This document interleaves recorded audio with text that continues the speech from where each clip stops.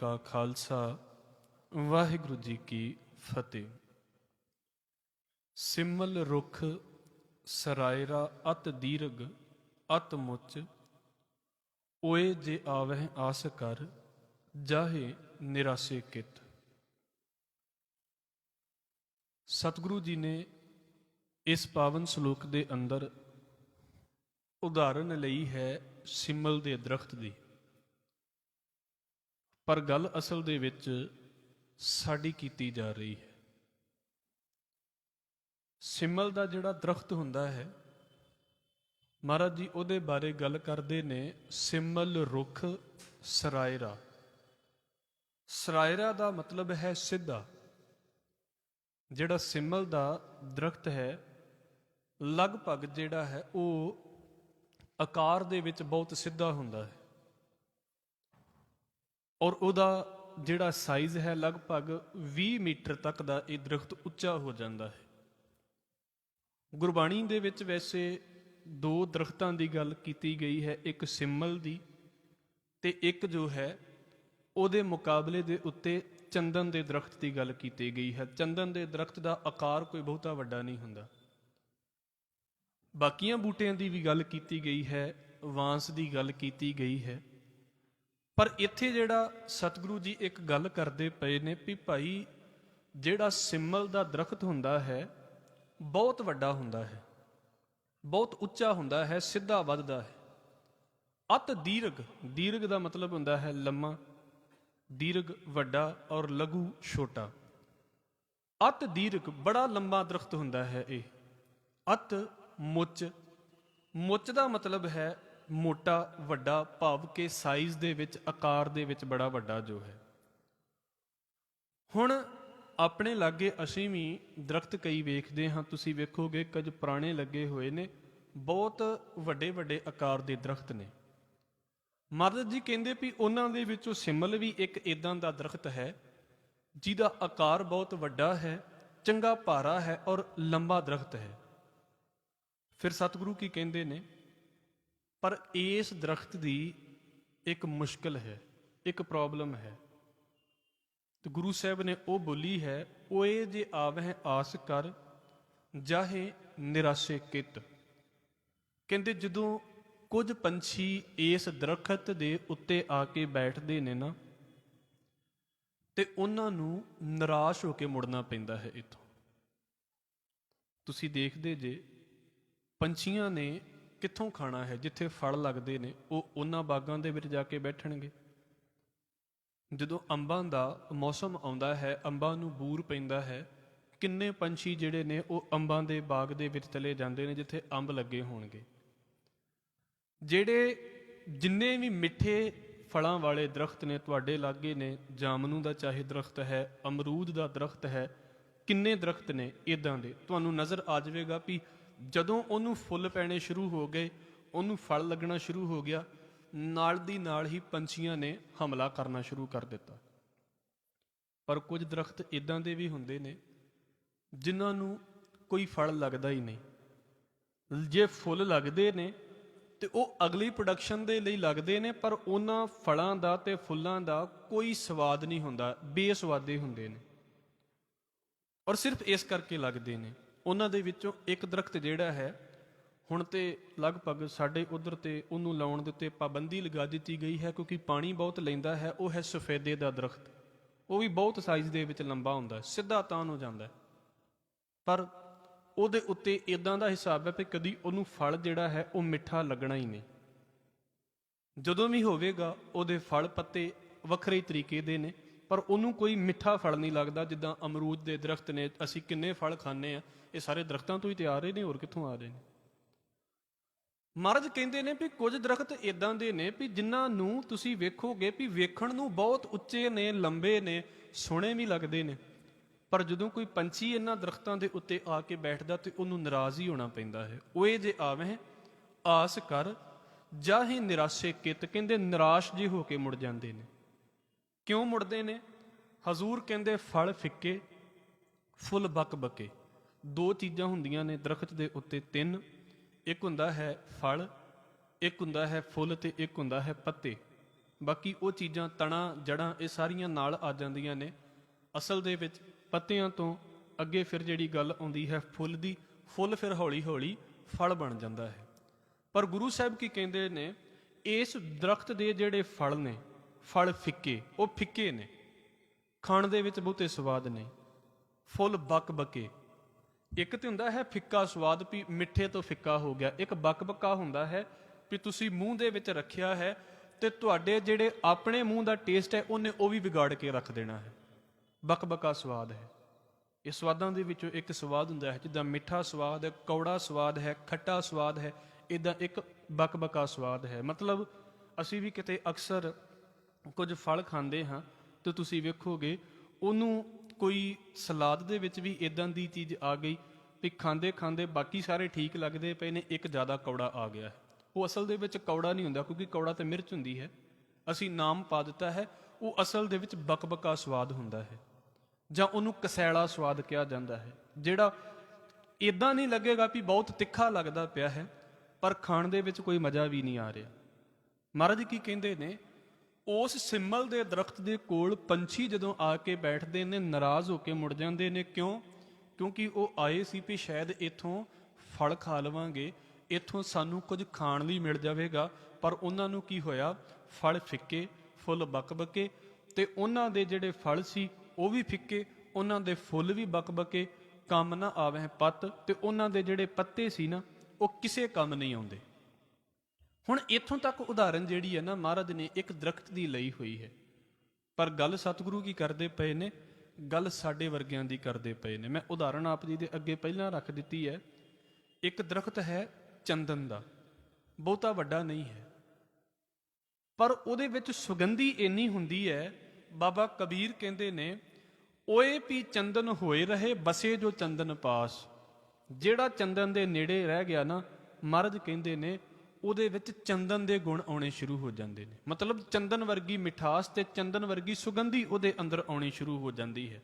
ਇੱਕ ਪਾਸੇ ਚੰਦਨ ਦਾ ਉਹ ਦਰਖਤ ਜਿਹੜਾ ਬਿਲਕੁਲ ਇਦਾਂ ਕਹਿ ਲਈਏ ਵੀ ਛੋਟਾ ਹੈ ਸਿੰਮਲ ਦੇ ਦਰਖਤ ਦੇ ਮੁਕਾਬਲੇ ਦੇ ਉੱਤੇ, ਪਰ ਦੂਸਰੇ ਪਾਸੇ ਸਿੰਮਲ ਦਾ ਦਰਖਤ ਏਡੇ ਉੱਚੇ ਆਕਾਰ ਵਾਲਾ ਹੈ। ਗੁਰੂ ਸਾਹਿਬ ਨੇ ਇਸ ਦਰਖਤ ਦੀ ਉਦਾਹਰਣ ਲਈ ਹੈ ਤੇ ਗੱਲ ਸਾਡੀ ਕੀਤੀ ਹੈ ਵੀ ਭਾਈ ਸਮਾਜ ਦੇ ਵਿੱਚ ਰਵਾਂਗੇ ਤੇ ਸਾਨੂੰ ਦੋ ਤਰੀਕੇ ਦੇ ਲੋਕ ਮਿਲਣਗੇ। ਇੱਕ ਉਹ ਜਿਨ੍ਹਾਂ ਨੂੰ ਅਸੀਂ ਇਹ ਕਹਿ ਸਕਦੇ ਹਾਂ ਵੀ ਜਿਨ੍ਹਾਂ ਦੇ ਕੋਲ ਬਹੁਤਾ ਕੁਝ ਨਹੀਂ ਹੈ, ਜਿਨ੍ਹਾਂ ਦੇ ਕੋਲ ਬਹੁਤਾ ਨਾ ਤੇ ਇਦਾਂ ਕਹਿ ਲਈਏ ਵੀ ਬੜੇ ਕਿਤੇ ਢੇਰ ਲੱਗੇ ਪਏ ਨੇ, ਤੇ ਜਾਂ ਇਦਾਂ ਕਹਿ ਲਈਏ ਵੀ ਜਿਨ੍ਹਾਂ ਨੂੰ ਇਸ ਗੱਲ ਦੀ ਚਿੰਤਾ ਹੀ ਨਹੀਂ ਵੀ ਸਾਡੇ ਕੋਲੋਂ ਕਦੀ ਕੁਝ ਮੁੱਕਣਾ ਹੀ ਨਹੀਂ ਹੈ।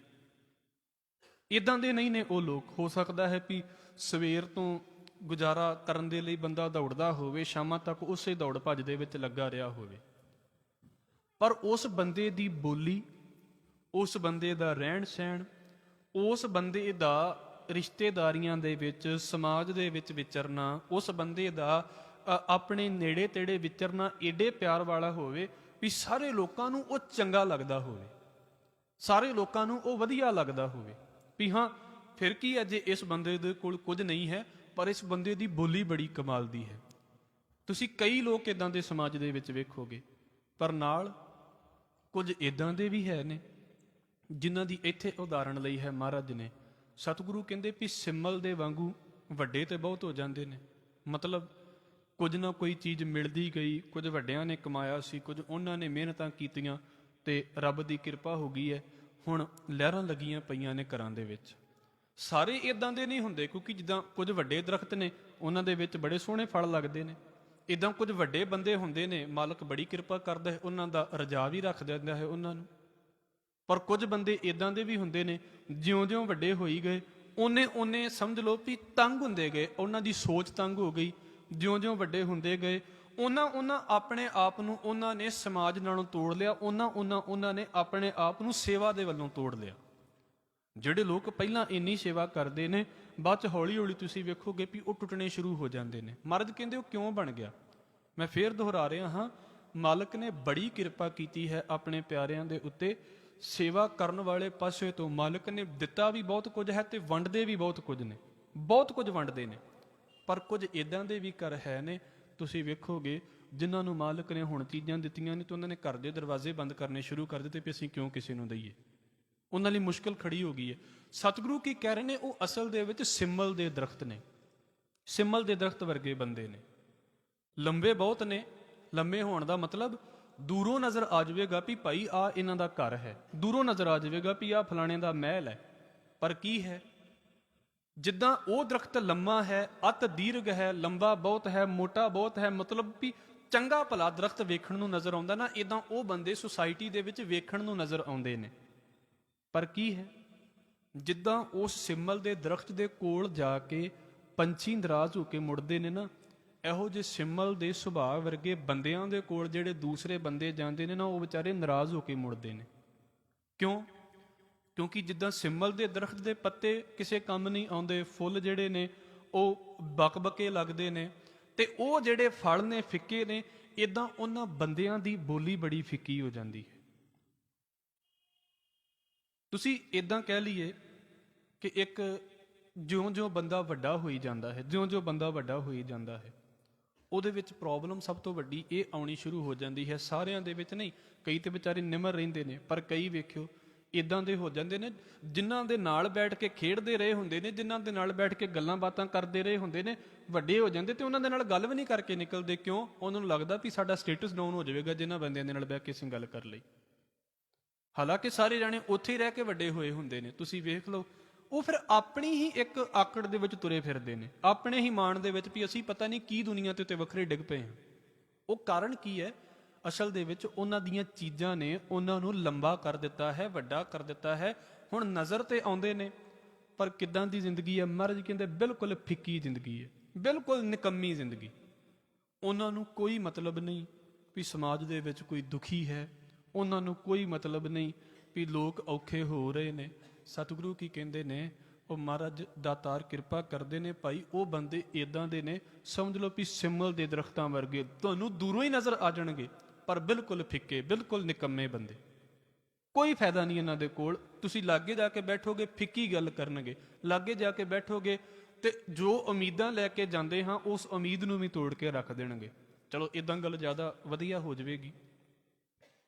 ਤੁਸੀਂ ਵੇਖਦੇ ਜੇ ਸਾਡਾ ਜਿਹੜਾ ਦੇਸ਼ ਹੈ, ਉਹ ਆਪਣੀ ਇਕੋਨਮੀ ਦਾ, ਜੇ ਆਪਾਂ ਆਮ ਜੇ ਪਰਿਵਾਰਾਂ ਦੀ ਹਾਲ ਲਾਈਏ, ਚਲੋ ਅਸੀਂ ਤੇ ਜੇ ਮਾਲਕ ਨੇ ਕਿਰਪਾ ਕੀਤੀ ਸਾਨੂੰ ਤੇ ਬਾਹਰ ਰੱਖਿਆ ਇਹਨਾਂ ਚੀਜ਼ਾਂ ਤੋਂ, ਜੋ ਇਹਨਾਂ ਸ਼ਹਿਰਾਂ ਦਾ ਟ੍ਰੈਂਡ ਹੈ, ਤੁਸੀਂ ਵੇਖੋ ਕਿੰਨੇ ਲੋਕ ਪੈਸਾ ਜਿਹੜਾ ਹੈ ਉਹ ਫਿਲਮਾਂ ਵੇਖਣ ਦੇ ਉੱਤੇ ਉਡਾਉਂਦੇ ਨੇ। ਸਪੈਸ਼ਲ ਵੀ ਫਲਾਣੇ ਸਿਨੇਮੇ ਦੇ ਵਿੱਚ ਫਿਲਮ ਵੇਖਣ ਜਾਣੀ ਹੈ ਜੀ, ਆਹ ਐਕਟਰ ਹੈ ਉਹਦੀ ਫਿਲਮ ਵੇਖਣ ਜਾਣੀ ਹੈ। ਕਿੰਨੇ ਲੋਕ ਜਾਂਦੇ ਨੇ। ਲੋਕਾਂ ਲਈ ਇੱਕ ਟ੍ਰੈਂਡ ਬਣਿਆ ਹੈ, ਇੱਕ ਆਦਤ ਬਣੀ ਹੋਈ ਹੈ ਵੀ ਜਾਣਾ ਹੀ ਹੈ, ਹਫ਼ਤੇ 'ਚ ਇੱਕ ਦਿਨ ਜਾਣਾ ਹੈ। ਹੁਣ ਵੇਖੋ ਉਹ ਕੌਣ ਨੇ? ਉਹ ਲੋਕਾਂ ਦੇ ਹੀਰੋ ਬਣੇ ਹੋਏ ਨੇ। ਕੌਣ ਨਹੀਂ ਜਾਣਦਾ ਲੋਕਾਂ ਦੇ ਵਿੱਚੋਂ ਉਹਨੂੰ? ਬੱਚੇ ਨੂੰ ਉਹਨਾਂ ਦੇ ਨਾਮ ਪਤਾ ਨੇ। ਪਰ ਤੁਸੀਂ ਵੇਖੋ ਲਗਭਗ 40 ਦਿਨ ਦਾ ਸਮਾਂ ਹੋ ਗਿਆ, ਬਾਰਡਰ ਦੇ ਉੱਪਰ ਕਿਸਾਨ ਆ ਕੇ ਬੈਠੇ ਨੇ ਆਪਣੇ ਹੱਕਾਂ ਦੇ ਲਈ। ਇਸ ਚੀਜ਼ ਨੂੰ ਸੋਚ ਕੇ ਵੇਖਣਾ, ਪਰਸੋਂ ਚੌਥ ਦੀ ਤੁਹਾਨੂੰ ਵੀ ਪਤਾ ਵੀ ਕਿੰਨੀ ਬਾਰਿਸ਼ ਹੋ ਰਹੀ ਹੈ, ਔਰ ਸਾਨੂੰ ਘਰਾਂ ਦੇ ਵਿੱਚ ਬੈਠੇ ਇੰਝ ਲੱਗਣ ਲੱਗ ਪੈਂਦਾ ਵੀ ਇੰਨੀ ਬਾਰਿਸ਼ ਨਹੀਂ ਸੀ ਹੋਣੀ ਚਾਹੀਦੀ। ਤੇ ਉਹ ਜਿਹੜੇ ਆਪਣੇ ਟੈਂਪਰਰੀ ਟੈਂਟਸ ਦੇ ਵਿੱਚ ਬੈਠੇ ਆ ਜਾਂ ਟਰਾਲੀਆਂ ਦੇ ਉੱਤੇ ਬੈਠੇ ਆ, ਜਿਨ੍ਹਾਂ ਨੇ ਆਪਣਾ ਸਮਾਨ ਵੀ ਹੋ ਸਕਦਾ ਵੀ ਸੰਭਾਲਿਆ ਨਾ ਗਿਆ ਹੋਵੇ, ਤਾਂ ਉਹਦੇ ਵਿੱਚੋਂ ਅੱਧਾ ਸਮਾਨ ਗਿੱਲਾ ਹੋ ਗਿਆ, ਜਿੱਦਾਂ ਦੀਆਂ ਫੋਟੋਆਂ ਸਾਡੇ ਕੋਲ ਆ ਰਹੀਆਂ ਨੇ। ਹੋ ਸਕਦਾ ਹੈ ਕੋਈ ਆਮ ਜਿਹਾ ਬੰਦਾ ਹੋਵੇ ਨਾ, ਜਿਹੜਾ ਘਰ ਦੇ ਵਿੱਚ ਰਹਿੰਦਾ ਹੈ, ਜਿਹਦੇ ਕੋਲ ਬਹੁਤਾ ਕੁਝ ਨਹੀਂ ਹੈ, ਤੇ ਉਹਨੂੰ ਉਹ ਫੋਟੋ ਵੇਖ ਕੇ ਤੇ ਨੀਂਦ ਵੀ ਨਾ ਆਵੇ ਰਾਤ ਨੂੰ। ਉਹਨੂੰ ਉਹ ਫੋਟੋ ਵੇਖ ਕੇ ਨੀਂਦ ਵੀ ਨਾ ਆਵੇ ਵੀ ਕਿੱਡੀ ਔਖੀ ਹਾਲਤ ਦੇ ਵਿੱਚ ਲੋਕ ਰਹਿ ਰਹੇ ਨੇ। ਮਤਲਬ ਵੀ ਅਸੀਂ ਆਪਣੇ ਘਰਾਂ ਦੇ ਵਿੱਚ ਬੈਠੇ ਹੋਏ ਹਾਂ ਤੇ ਉਹ ਵੇਖੋ ਕਿੰਨਾ ਕਸ਼ਟ ਲੈ ਰਹੇ ਨੇ, ਉੱਥੇ ਕਿੰਨੀ ਔਖੀ ਜ਼ਿੰਦਗੀ ਜੀ ਰਹੇ ਨੇ। ਹੁਣ ਉਹ ਬੰਦੇ ਜਿਹੜੇ ਨੇ, ਉਹਨਾਂ ਦਾ ਦੁੱਖ ਵੇਖ ਕੇ ਤੇ ਸਾਨੂੰ ਨੀਂਦ ਨਹੀਂ ਆਈ। ਪਰ ਹੈਰਾਨੀ ਦੀ ਗੱਲ ਹੈ, ਤੁਸੀਂ ਵੇਖੋਗੇ ਅੱਜ ਜਿਨ੍ਹਾਂ ਦੇ ਪਿੱਛੇ ਲੋਕੀ ਇੰਨੇ ਪੈਸੇ ਲਾਉਂਦੇ ਨੇ, ਜਿਨ੍ਹਾਂ ਦੇ ਪਿੱਛੇ ਲੋਕਾਂ ਨੇ ਇੰਨੇ ਹਵਾ ਮਾਰ ਕੇ ਫੋਟੋ ਪਾਉਂਦੇ ਨੇ ਤੇ ਲੋਕੀ ਪਾਗਲ ਹੋ ਜਾਂਦੇ ਨੇ ਉਹਨਾਂ ਦੀ ਫੋਟੋ ਲਾਈਕ ਕਰਨ ਦੇ ਲਈ, ਉਹਨਾਂ ਦੇ ਵਿੱਚੋਂ ਕਿੰਨਿਆਂ ਬੰਦਿਆਂ ਨੇ ਇਸ ਗੱਲ ਨੂੰ ਬੋਲਿਆ ਵੀ ਸਾਨੂੰ ਕਿਸਾਨਾਂ ਦਾ ਦਰਦ ਹੈ? ਰੋਟੀ ਤੇ ਸਾਰੇ ਹੀ ਖਾਂਦੇ ਨੇ, ਰਾਸ਼ਨ ਤੇ ਸਾਰਾ ਹੀ ਖਾਂਦੇ ਨੇ। ਤੇ ਮੈਂ ਕਹਿ ਦੇਵਾਂ, ਆ ਪਿਛਲੇ 8 ਮਹੀਨੇ ਹੋ ਗਏ ਸੀ ਸਿਨੇਮੇ ਬੰਦ ਰਹੇ ਨੇ, ਲੋਕਾਂ ਨੇ ਗੁਜ਼ਾਰਾ ਕਰ ਲਿਆ ਹੈ। ਜੇ 8 ਮਹੀਨੇ ਦੇ ਵਿੱਚੋਂ 8 ਦਿਨ ਵੀ ਰੋਟੀ ਬੰਦ ਹੁੰਦੀ ਦੀ, ਲੋਕਾਂ ਦਾ ਗੁਜ਼ਾਰਾ ਨਹੀਂ ਸੀ ਹੋਣਾ। ਜੋ ਕੁਝ ਪਿਛਲੇ ਨਿਕਲਿਆ ਤੁਹਾਨੂੰ ਪਤਾ ਹੀ ਹੈ ਸਾਰਾ ਕੁਝ। ਲੋਕਾਂ ਨੇ ਕਿਹਾ ਵੀ ਹਾਂ ਇਹ ਬੰਦੇ ਜੋ ਵੀ ਕਰ ਦੇਣ, ਲੋਕੀ ਅੱਖਾਂ ਮੀਟ ਕੇ ਉਹਨਾਂ ਨੂੰ ਮੰਨਣਾ ਸ਼ੁਰੂ ਕਰ ਦਿੰਦੇ ਨੇ ਵੀ ਹਾਂ ਜੋ ਕਰਦੇ ਨੇ, ਅੱਜ ਕੱਲ੍ਹ ਦੁਨੀਆ ਫੋਲੋ ਹੀ ਉਹਨਾਂ ਨੂੰ ਕਰਦੀ ਪਈ ਹੈ। ਉਹਨਾਂ ਦੇ ਵਿੱਚੋਂ ਕਿੰਨਾਂ ਨੇ ਬੋਲਿਆ ਕਿਸਾਨਾਂ ਦੇ ਬਾਰੇ? ਉਹਨਾਂ ਦੇ ਵਿੱਚੋਂ ਕਿੰਨਾਂ ਨੇ ਬੋਲਿਆ ਵੀ ਰੋਟੀ ਦੀ ਸਾਨੂੰ ਵੀ ਲੋੜ ਹੈ ਤੇ ਇਹਨਾਂ ਦੀ ਗੱਲ ਸੁਣ ਲਈ ਜਾਵੇ? ਮਹਾਰਾਜ ਕਹਿੰਦੇ ਆ ਉਹ ਬੰਦੇ ਨੇ, ਸਿੰਮਲ ਦੇ ਦਰਖਤ ਨੇ, ਬਸ ਵੇਖਣ ਨੂੰ ਬਹੁਤ ਉੱਚੇ ਲੱਗਣਗੇ ਪਰ ਉਹ ਇਸ ਦੁਨੀਆ ਦੇ ਵਿੱਚ ਰਹਿੰਦੇ ਹੀ ਨਹੀਂ ਨੇ। ਉਹਨਾਂ ਨੂੰ ਪਤਾ ਨਹੀਂ ਪਿਆ ਇਸ ਦੁਨੀਆ ਦੀਆਂ ਮੁਸ਼ਕਲਾਂ ਕੀ ਨੇ। ਸਾਡੇ ਲੋਕ ਉਹਨਾਂ ਨੂੰ ਫੋਲੋ ਕਰਨਾ ਚਾਹੁੰਦੇ ਨੇ। ਮਹਾਰਾਜ ਕਹਿੰਦੇ ਜਿੱਦਾਂ ਉਸ ਸਿੰਮਲ ਦੇ ਦਰਖਤ ਦੇ ਫੁੱਲ ਜਿਹੜੇ ਨੇ ਨਾ ਉਹ ਫਿੱਕੇ ਨੇ ਨਾ ਫੁੱਲ, ਤੇ ਜਿਹੜੇ ਬਕਬਕੇ ਫਲ ਨੇ ਇਹ ਉਹਨਾਂ ਬੰਦਿਆਂ ਸਗੋਂ ਅੱਗੋਂ ਝੂਠਾ ਹਾਸਾ ਹੱਸ ਕੇ ਤੇ ਆਪਣੀਆਂ ਮਰਜ਼ੀਆਂ ਬੋਲੀ ਜਾਂਦੇ ਨੇ ਜਿਨ੍ਹਾਂ ਨੇ ਕਦੀ ਵੇਖਿਆ ਵੀ ਨਹੀਂ ਇਸ ਜ਼ਿੰਦਗੀ ਨੂੰ। ਮਹਾਰਾਜ ਕਹਿੰਦੇ ਭਾਈ ਜਿੱਦਾਂ ਸਿੰਮਲ ਦੇ ਦਰਖਤ ਦੇ ਕੋਲ ਬੰਦਾ ਜਾਵੇ, ਪੰਛੀ ਜਾਵੇ, ਨਾਰਾਜ਼ ਹੋ ਕੇ ਮੁੜਦਾ ਹੈ ਨਾ, ਐਦਾਂ ਬਹੁਤੇ ਵੱਡੇ ਵੇਖਣ ਵਾਲੇ ਜਿਹੜੇ ਬੰਦੇ ਹੁੰਦੇ ਨੇ ਨਾ, ਇਹਨਾਂ ਦੇ ਲਾਗੇ ਜਾ ਕੇ ਬੈਠ ਜਾਓ, ਤੁਹਾਨੂੰ ਕੁਝ ਵੀ ਨਹੀਂ ਮਿਲੇਗਾ, ਐਵੇਂ ਨਿਰਾਸ਼ਤਾ ਹੀ ਪੱਲੇ ਪਵੇਗੀ। ਜਿੱਦਾਂ ਇੱਕ ਹਿੰਦੀ ਦੇ ਵਿੱਚ ਤੇ ਪੰਜਾਬੀ 'ਚ ਇੱਕ ਗੱਲ ਕਹੀ ਜਾਂਦੀ ਹੁੰਦੀ ਵੀ ਉੱਚਾ ਦੁਕਾਨ ਤੇ ਫਿੱਕਾ ਪਕਵਾਨ ਵਾਲੀ ਗੱਲ ਹੋ ਗਈ ਹੈ। ਬਸ ਜਿਉਂ-ਜਿਉਂ ਵੱਡੇ ਹੋਈ ਜਾਂਦੇ ਨੇ ਉਹਨਾਂ ਨੂੰ ਝੁਕਣਾ ਔਖਾ ਲੱਗਦਾ ਹੈ, ਉਹਨਾਂ ਨੇ ਸੁਸਾਇਟੀ ਦੇ ਵਿੱਚੋਂ ਸੇਵਾ ਕਰਨ ਦਾ ਆਪਣਾ ਨਾਤਾ ਖਤਮ ਕਰ ਲਿਆ। ਸਾਰੇ ਨਹੀਂ ਕਰਦੇ, ਸਾਰੇ ਦਰਖਤ ਸਿੰਮਲ ਵੀ ਨਹੀਂ ਹੁੰਦੇ, ਪਰ ਜਿਹੜੇ ਸਿੰਮਲ ਦੇ ਸੁਭਾਅ ਵਾਲੇ ਨੇ ਉਹਨਾਂ ਦੇ ਵਿੱਚ ਇਹ ਗੱਲ ਮਹਾਰਾਜ ਬੋਲਦੇ ਪਏ ਨੇ। ਕਿੰਨੇ ਨੇ ਸੁਸਾਇਟੀ ਦੇ ਵਿੱਚ, ਤੁਸੀਂ ਖੁਦ ਇਸ ਗੱਲ ਨੂੰ ਵੇਖ ਲੈਣਾ ਵੀ ਉਹ ਕਰਦੇ ਕੀ ਪਏ ਨੇ ਭਾਈ। ਅਸਲ ਦੇ ਵਿੱਚ ਉਹ ਲੋਕ ਉਹ ਨੇ ਜਿਨ੍ਹਾਂ ਦੇ ਕੋਲ ਕਿਸੇ ਨੂੰ ਕੋਈ ਫਾਇਦਾ ਨਹੀਂ, ਪਰ ਲੋਕੀ ਫਿਰ ਵੀ ਉਹਨਾਂ ਪਿੱਛੇ ਦੌੜਦੇ ਪਏ ਨੇ। ਮਹਾਰਾਜ ਫਿਰ ਇੱਥੋਂ ਆਪਣੀ ਗੱਲ ਬਦਲਦੇ ਨੇ। ਫਿਰ ਦੁਹਰਾ ਦੇਵਾਂ, ਜਿਸ ਤਰ੍ਹਾਂ ਸਿੰਮਲ ਦੇ ਦਰਖਤ ਦੇ ਕੋਲ ਜਾਣ ਦਾ ਕਿਸੇ ਨੂੰ, ਪੰਛੀ ਨੂੰ ਫਾਇਦਾ ਨਹੀਂ ਨਾ, ਇੱਦਾਂ ਤੁਸੀਂ ਵੇਖੋਗੇ ਸੁਸਾਇਟੀ ਦੇ ਵਿੱਚ ਕੁਝ ਬੰਦੇ ਨੇ ਬੜੇ ਵੱਡੇ ਹੋ ਗਏ ਨੇ, ਚਾਹੇ ਪੈਸੇ ਕਰਕੇ, ਚਾਹੇ ਆਪਣੀਆਂ ਚੀਜ਼ਾਂ ਦੇ ਕਰਕੇ ਬਹੁਤ ਉੱਚੇ ਲੰਮੇ ਹੋ ਗਏ। ਪਰ ਮਹਾਰਾਜ ਕੀ ਕਹਿੰਦੇ ਨੇ, ਹੋਇਆ ਕੀ ਹੈ ਅਸਲ ਦੇ ਵਿੱਚ? ਉਹ ਭਾਈ ਇਹਨਾਂ ਬੰਦਿਆਂ ਦਾ ਸਮਾਜ ਨੂੰ ਧੇਲੇ ਦਾ ਫਾਇਦਾ ਨਹੀਂ, ਕੋਈ ਫਾਇਦਾ ਨਹੀਂ, ਕੁਝ ਨਹੀਂ ਬੋਲਣਾ ਕਿ ਸਾਡੀ ਆਹ ਹੱਕ ਹੈ, ਆਹ ਗੱਲ ਹੈ। ਜਿਹੜੇ ਬੋਲਦੇ ਪਏ ਨੇ ਨਮਸਕਾਰ ਹੈ ਉਹਨਾਂ ਨੂੰ, ਪਰ ਜਿਹੜੇ ਨਹੀਂ ਬੋਲਦੇ ਪਏ ਤੁਸੀਂ ਵੇਖੋ ਕਿੰਨੇ ਜਾਣੇ ਨੇ ਕੁਝ ਬੋਲਿਆ ਇਹਨਾਂ ਦੇ ਵਿੱਚੋਂ। ਮਹਾਰਾਜ ਕਹਿੰਦੇ ਸਿੰਮਲ ਦੇ ਦਰਖਤ ਨੇ, ਵੇਖਣ ਨੂੰ ਸੋਹਣੇ ਲੱਗਦੇ ਨੇ ਪਰ ਪੱਲੇ ਕੁਝ ਨਹੀਂ। ਇਸ ਕਰਕੇ ਗੁਰੂ ਸਾਹਿਬ ਕਹਿੰਦੇ ਭਾਈ ਫਲ ਫਿੱਕੇ ਫੁੱਲ ਬਕੇ ਕੰਮ ਨਾ ਆਵੇ ਪੱਤ। ਤੇ ਫਿਰ ਸਾਨੂੰ ਕੀ ਕਰਨਾ ਚਾਹੀਦਾ ਹੈ?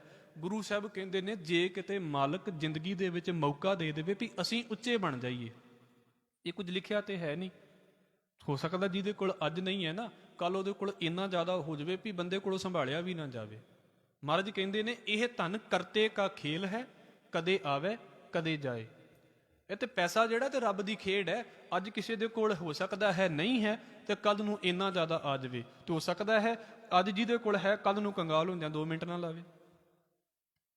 ਮੈਂ ਅਕਸਰ ਜਦੋਂ ਇਸ ਗੱਲ ਨੂੰ ਕਹਿੰਦਾ ਹੁੰਨਾ ਤਾਂ ਮੈਂ ਬਹੁਤ ਉਦਾਹਰਨਾਂ ਦਿੰਦਾ ਹੁੰਦਾ ਹਾਂ ਇਸ ਪਾਸੇ ਤੋਂ, ਕਿ ਜਿਹੜੇ ਪਰਿਵਾਰ 47 ਦੇ ਵਿੱਚ ਪਾਕਿਸਤਾਨ ਵਾਲੇ ਪਾਸੇ ਤੋਂ ਇੱਧਰ ਆਏ ਸੀ, ਉਹਨਾਂ ਪਰਿਵਾਰਾਂ ਦੇ ਵਿੱਚੋਂ ਬਹੁਤੇ ਪਰਿਵਾਰ ਇਹੋ ਸੀ ਜਿਨ੍ਹਾਂ ਦੇ ਕੋਲ ਜਾਂ ਤੇ ਛੋਟਾ ਮੋਟਾ ਕੋਈ ਟਰੰਕ ਸੀ, ਤੇ ਜਾਂ ਫਿਰ ਬਹੁਤੇ ਪਰਿਵਾਰ ਉਹਨਾਂ ਦੇ ਵਿੱਚੋਂ ਇਦਾਂ ਦੇ ਸੀ ਜਿਨ੍ਹਾਂ ਦੇ ਕੋਲ ਸਿਰਫ ਸਰੀਰ ਦੇ ਉੱਤੇ ਜਿਹੜੇ ਪਾਏ ਕੱਪੜੇ ਸੀ ਉਹੀ ਕੱਪੜੇ ਸੀ।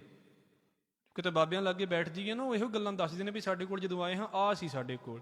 ਅੱਜ ਵੇਖੋ ਮਾਲਕ ਨੇ ਕਿੰਨੀਆਂ ਲਹਿਰਾਂ ਲਾ ਦਿੱਤੀਆਂ ਨੇ, ਸਾਰਾ ਕੁਝ ਆ ਗਿਆ। ਇਹਦਾ ਮਤਲਬ ਹੈ ਵੀ ਕਦੀ ਇੱਕ ਚੀਜ਼ ਵੀ ਨਹੀਂ ਸੀ ਕੋਲ, ਪਤਾ ਨਹੀਂ ਵੀ ਜਿੱਥੋਂ ਛੱਡ ਕੇ ਆਏ ਅਗਲੇ ਟਾਈਮ ਰੋਟੀ ਕਿੱਦਾਂ ਦੀ ਮਿਲਣੀ ਹੈ, ਪਰ ਮਾਲਕ ਨੇ ਘਰ ਦੇ ਦਿੱਤੇ, ਰੋਟੀ ਏਡੀ ਵਧੀਆ ਦੇ ਦਿੱਤੀ। ਸਮਾਂ ਬਦਲ ਗਿਆ। ਇਹ ਧਨ ਕਰਤੇ ਕਾ ਖੇਲ ਹੈ। ਤੇ ਤੁਸੀਂ ਇਸ ਚੀਜ਼ ਨੂੰ ਵੀ ਪੜ੍ਹ ਕੇ ਵੇਖ ਲੈਣਾ, 47 ਦੇ ਵਿੱਚ ਜਿਨ੍ਹਾਂ ਬੰਦਿਆਂ ਦੇ ਕੋਲ ਚੰਗਾ ਭਲਾ ਖਜ਼ਾਨਾ ਸੀ, ਇੱਕ ਪਲ ਲੱਗਾ ਉਹਨਾਂ ਦਾ ਥੇ ਹੁੰਦੇ ਆ, ਇੱਕ ਪਲ ਲੱਗਾ। ਤੇ ਹੁਣ ਹੋ ਸਕਦਾ ਇਦਾਂ ਦੇ ਕੰਗਾਲ ਹੋ ਕੇ ਬੈਠੇ ਹੋਣ ਵੀ ਸ਼ਾਇਦ ਉਹਨਾਂ ਨੂੰ ਰੋਟੀ ਵੀ ਨਾ 2 ਵਕਤ ਦੀ ਮਿਲਦੀ ਹੋਵੇ। ਉਹਨਾਂ ਦੇ ਵਿੱਚੋਂ ਕਈ ਇਦਾਂ ਦੇ ਵੀ ਹੋਣਗੇ, ਤੁਹਾਡੇ ਵੇਂਦਿਆਂ ਦੇ ਪਰਿਵਾਰ ਇਦਾਂ ਦੇ ਹੋਣਗੇ, ਬਾਬਿਆਂ ਨੇ ਚੰਗੀ ਭਲੀ ਰੋਟੀ ਖਾਧੀ, ਗਾਂ ਬੱਚੇ ਰੋਟੀਆਂ ਮੰਗ ਕੇ ਖਾ ਰਹੇ ਨੇ। ਤੇ ਇਦਾਂ ਦੇ ਪਰਿਵਾਰ ਵੀ ਬੜੇ ਹੋਣਗੇ ਵੀ ਵੱਡਿਆਂ ਨੂੰ ਇਹ ਵੀ ਨਹੀਂ ਸੀ ਪਤਾ ਵੀ ਸ਼ਾਮਾਂ ਨੂੰ ਰੋਟੀ ਮਿਲਣੀ ਹੈ ਕਿ ਨਹੀਂ, ਤੇ ਗਾਂ ਬੱਚਿਆਂ ਨੇ ਕਮਾਈਆਂ ਇਦਾਂ ਦੀਆਂ ਕਰ ਲਈਆਂ ਵੀ ਸੁੱਖ ਦੇ ਨਾਲ ਰੋਟੀ ਖਾਂਦੇ ਨੇ। ਇਹਨੂੰ ਸਤਿਗੁਰੂ ਕਹਿੰਦੇ ਨੇ ਇਹ ਧਨ ਕਰਤੇ ਕਾ ਖੇਲ ਹੈ। ਭਾਈ ਇਹ ਤੇ ਰੱਬ ਦੀ ਖੇਡ ਹੈ। ਅੱਜ ਕੁਝ ਹੈ, ਹੋ ਸਕਦਾ ਕੱਲ ਨੂੰ ਨਾ ਹੋਵੇ, ਧੱਕਾ ਕਰ ਲੈਣਾ ਵੀ ਸਾਡੇ ਕੋਲ ਹੋ ਵੀ ਹੋਵੇਗਾ, ਇਹ ਕਦੀ ਟਿਕ ਕੇ ਨਹੀਂ ਰਹਿੰਦਾ। ਤੇ ਸਤਿਗੁਰੂ ਉਸ ਗੱਲ ਨੂੰ ਕਹਿੰਦੇ ਨੇ ਵੀ ਭਾਈ ਜੇ ਕਿਤੇ ਸਾਨੂੰ ਮੌਕਾ ਮਿਲ ਜਾਵੇ ਕੱਲ ਨੂੰ, ਵੱਡੇ ਹੋ ਜਾਈਏ ਸਮਾਜ ਦੇ ਵਿੱਚ, ਅਜੇ ਜਿਹੜੀ ਸਾਡੀ ਬਹੁਤੇਸ਼ੀ ਗਿਣਤੀ ਹੈ ਇਸ ਸੰਸਾਰ ਦੇ ਵਿੱਚ, ਸਮਾਜ ਦੇ ਵਿੱਚ ਸਾਡੀ, ਉਹ ਜ਼ਿਆਦਾ ਜਾਂ ਤੇ ਉਹ ਨੇ ਜਿਨ੍ਹਾਂ ਨੂੰ ਗਰੀਬ ਵਰਗ ਬੋਲਿਆ ਜਾਂਦਾ ਹੈ, ਤੇ ਜਾਂ ਜਿਨ੍ਹਾਂ ਨੂੰ ਮੱਧ ਵਰਗ ਬੋਲਿਆ ਜਾਂਦਾ ਹੈ। ਅਜੇ ਉਹਨਾਂ ਦੀ ਗਿਣਤੀ ਬਹੁਤੀ ਨਹੀਂ ਹੈ ਜਿਨ੍ਹਾਂ ਨੂੰ ਅਸੀਂ ਐਲੀਟ ਕਹਿੰਦੇ ਹਾਂ ਵੀ ਹਾਂ ਇਦਾਂ ਦੇ ਸਾਰਾ ਇੰਡੀਆ ਹੈ। ਬਹੁਤਾ ਇੰਡੀਆ ਇਦਾਂ ਦਾ ਨਹੀਂ ਹੈ, ਪਰ ਹੋ ਸਕਦਾ ਹੈ ਕੱਲ ਨੂੰ ਉਹਨਾਂ ਪਰਿਵਾਰਾਂ ਦੇ ਵਿੱਚੋਂ ਉੱਠ ਕੇ ਅਸੀਂ ਅੱਗੇ ਚਲੇ ਜਾਈਏ। ਇਹ ਕੋਈ ਖੇਡ ਥੋੜਾ ਵੀ ਜਾਂ ਕੋਈ ਸਾਡੇ ਉੱਤੇ ਪਾਬੰਦੀ ਲੱਗੀ ਹੈ ਵੀ ਤੁਸੀਂ ਉੱਠ ਕੇ ਅੱਗੇ ਜਾਣਾ ਹੀ ਨਹੀਂ। ਮਹਾਰਾਜ ਕਹਿੰਦੇ ਫਿਰ ਵੀ ਜੇ ਕਿਤੇ ਤੁਸੀਂ ਜੋ ਹਾਲਤ ਦੇ ਵਿੱਚ ਅੱਜ ਹੋ, ਕੱਲ ਨੂੰ ਚੰਗਾ ਕਮਾ ਲਓ, ਕੱਲ ਨੂੰ ਚੰਗੀ ਥਾਂ ਦੇ ਉੱਤੇ ਲੱਗ ਜਾਓ, ਤੁਸੀਂ ਵੱਡੇ ਹੋ ਜਾਵੋ, ਲੋਕੀ ਤੁਹਾਡਾ ਸਤਿਕਾਰ ਕਰਨਾ ਸ਼ੁਰੂ ਕਰ ਦੇਣ।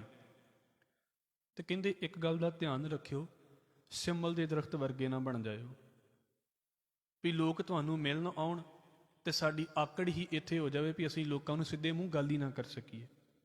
ਲੋਕ ਸਾਡੇ ਨਾਲ ਗੱਲ ਕਰਨੀ ਚਾਹਣ ਤੇ ਅਸੀਂ ਇਦਾਂ ਦੇ ਹੋ ਜਾਈਏ ਵੀ ਲੋਕਾਂ ਨੂੰ ਗੱਲ ਕਰਦਿਆਂ ਬਾਅਦ ਦੇ ਵਿੱਚ ਇਹ ਮਹਿਸੂਸ ਹੋਵੇ ਵੀ ਕਿਹੜੇ ਬੰਦੇ ਦੇ ਲਾਗੇ ਬੈਠ ਗਏ ਆ। ਹੈ ਤੇ ਬੰਦੇ ਹੀ ਨੇ ਨਾ ਸਾਰੇ, ਤੇ ਜਦੋਂ ਬੰਦੇ ਨੂੰ ਬੰਦੇ ਦੇ ਲਾਗੇ ਬੈਠਣ ਦਾ ਆਨੰਦ ਨਹੀਂ ਆ ਰਿਹਾ ਤੇ ਭਾਵੇਂ ਉਹਦੇ ਪੱਲੇ ਜੋ ਮਰਜ਼ੀ ਹੈ, ਮਾਫ ਕਰਨਾ, ਉਹ ਸਿਰਫ ਇੱਕ ਮਟੀਰੀਅਲ ਦੇ ਵਿੱਚ ਮਟੀਰੀਅਲ ਬਣਿਆ ਪਿਆ ਹੈ, ਇਨਸਾਨੀਅਤ ਖਤਮ ਹੋ ਚੁੱਕੀ ਹੈ ਉਹਦੇ ਵਿੱਚ, ਔਰ ਦੁਨੀਆ ਭੱਜਦੀ ਇਹਨਾਂ ਦੇ ਪਿੱਛੇ, ਪਤਾ ਨਹੀਂ ਕੀ ਲੱਗਦਾ ਦੁਨੀਆ ਨੂੰ ਉਹਦੇ ਵਿੱਚ।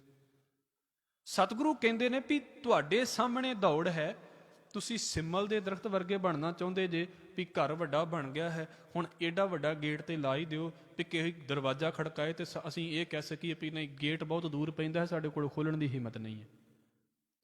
ਇਦਾਂ ਤੇ ਕਹਿ ਸਕੇ ਵੀ ਘਰ ਦੇ ਵਿੱਚ ਆ ਕੇ ਕੋਈ ਦਰਵਾਜ਼ੇ ਦੇ ਉੱਤੇ ਕੋਈ ਲੰਗਰ ਮੰਗਣ ਦੀ ਕੋਸ਼ਿਸ਼ ਕਰੇ ਵੀ ਸਾਨੂੰ ਆਹ ਚੀਜ਼ ਦੀ ਲੋੜ ਹੈ, ਤੇ ਅਸੀਂ ਕੋਈ ਬਹਾਨਾ ਮਾਰ ਕੇ ਰੱਖ ਦਈਏ ਵੀ ਨਹੀਂ ਸਾਡੇ ਘਰ ਦਾ ਦਰਵਾਜ਼ਾ ਕਿਤੇ ਗਾਹ ਤੋਂ ਨਾ ਖੜਕਾ ਦੀ।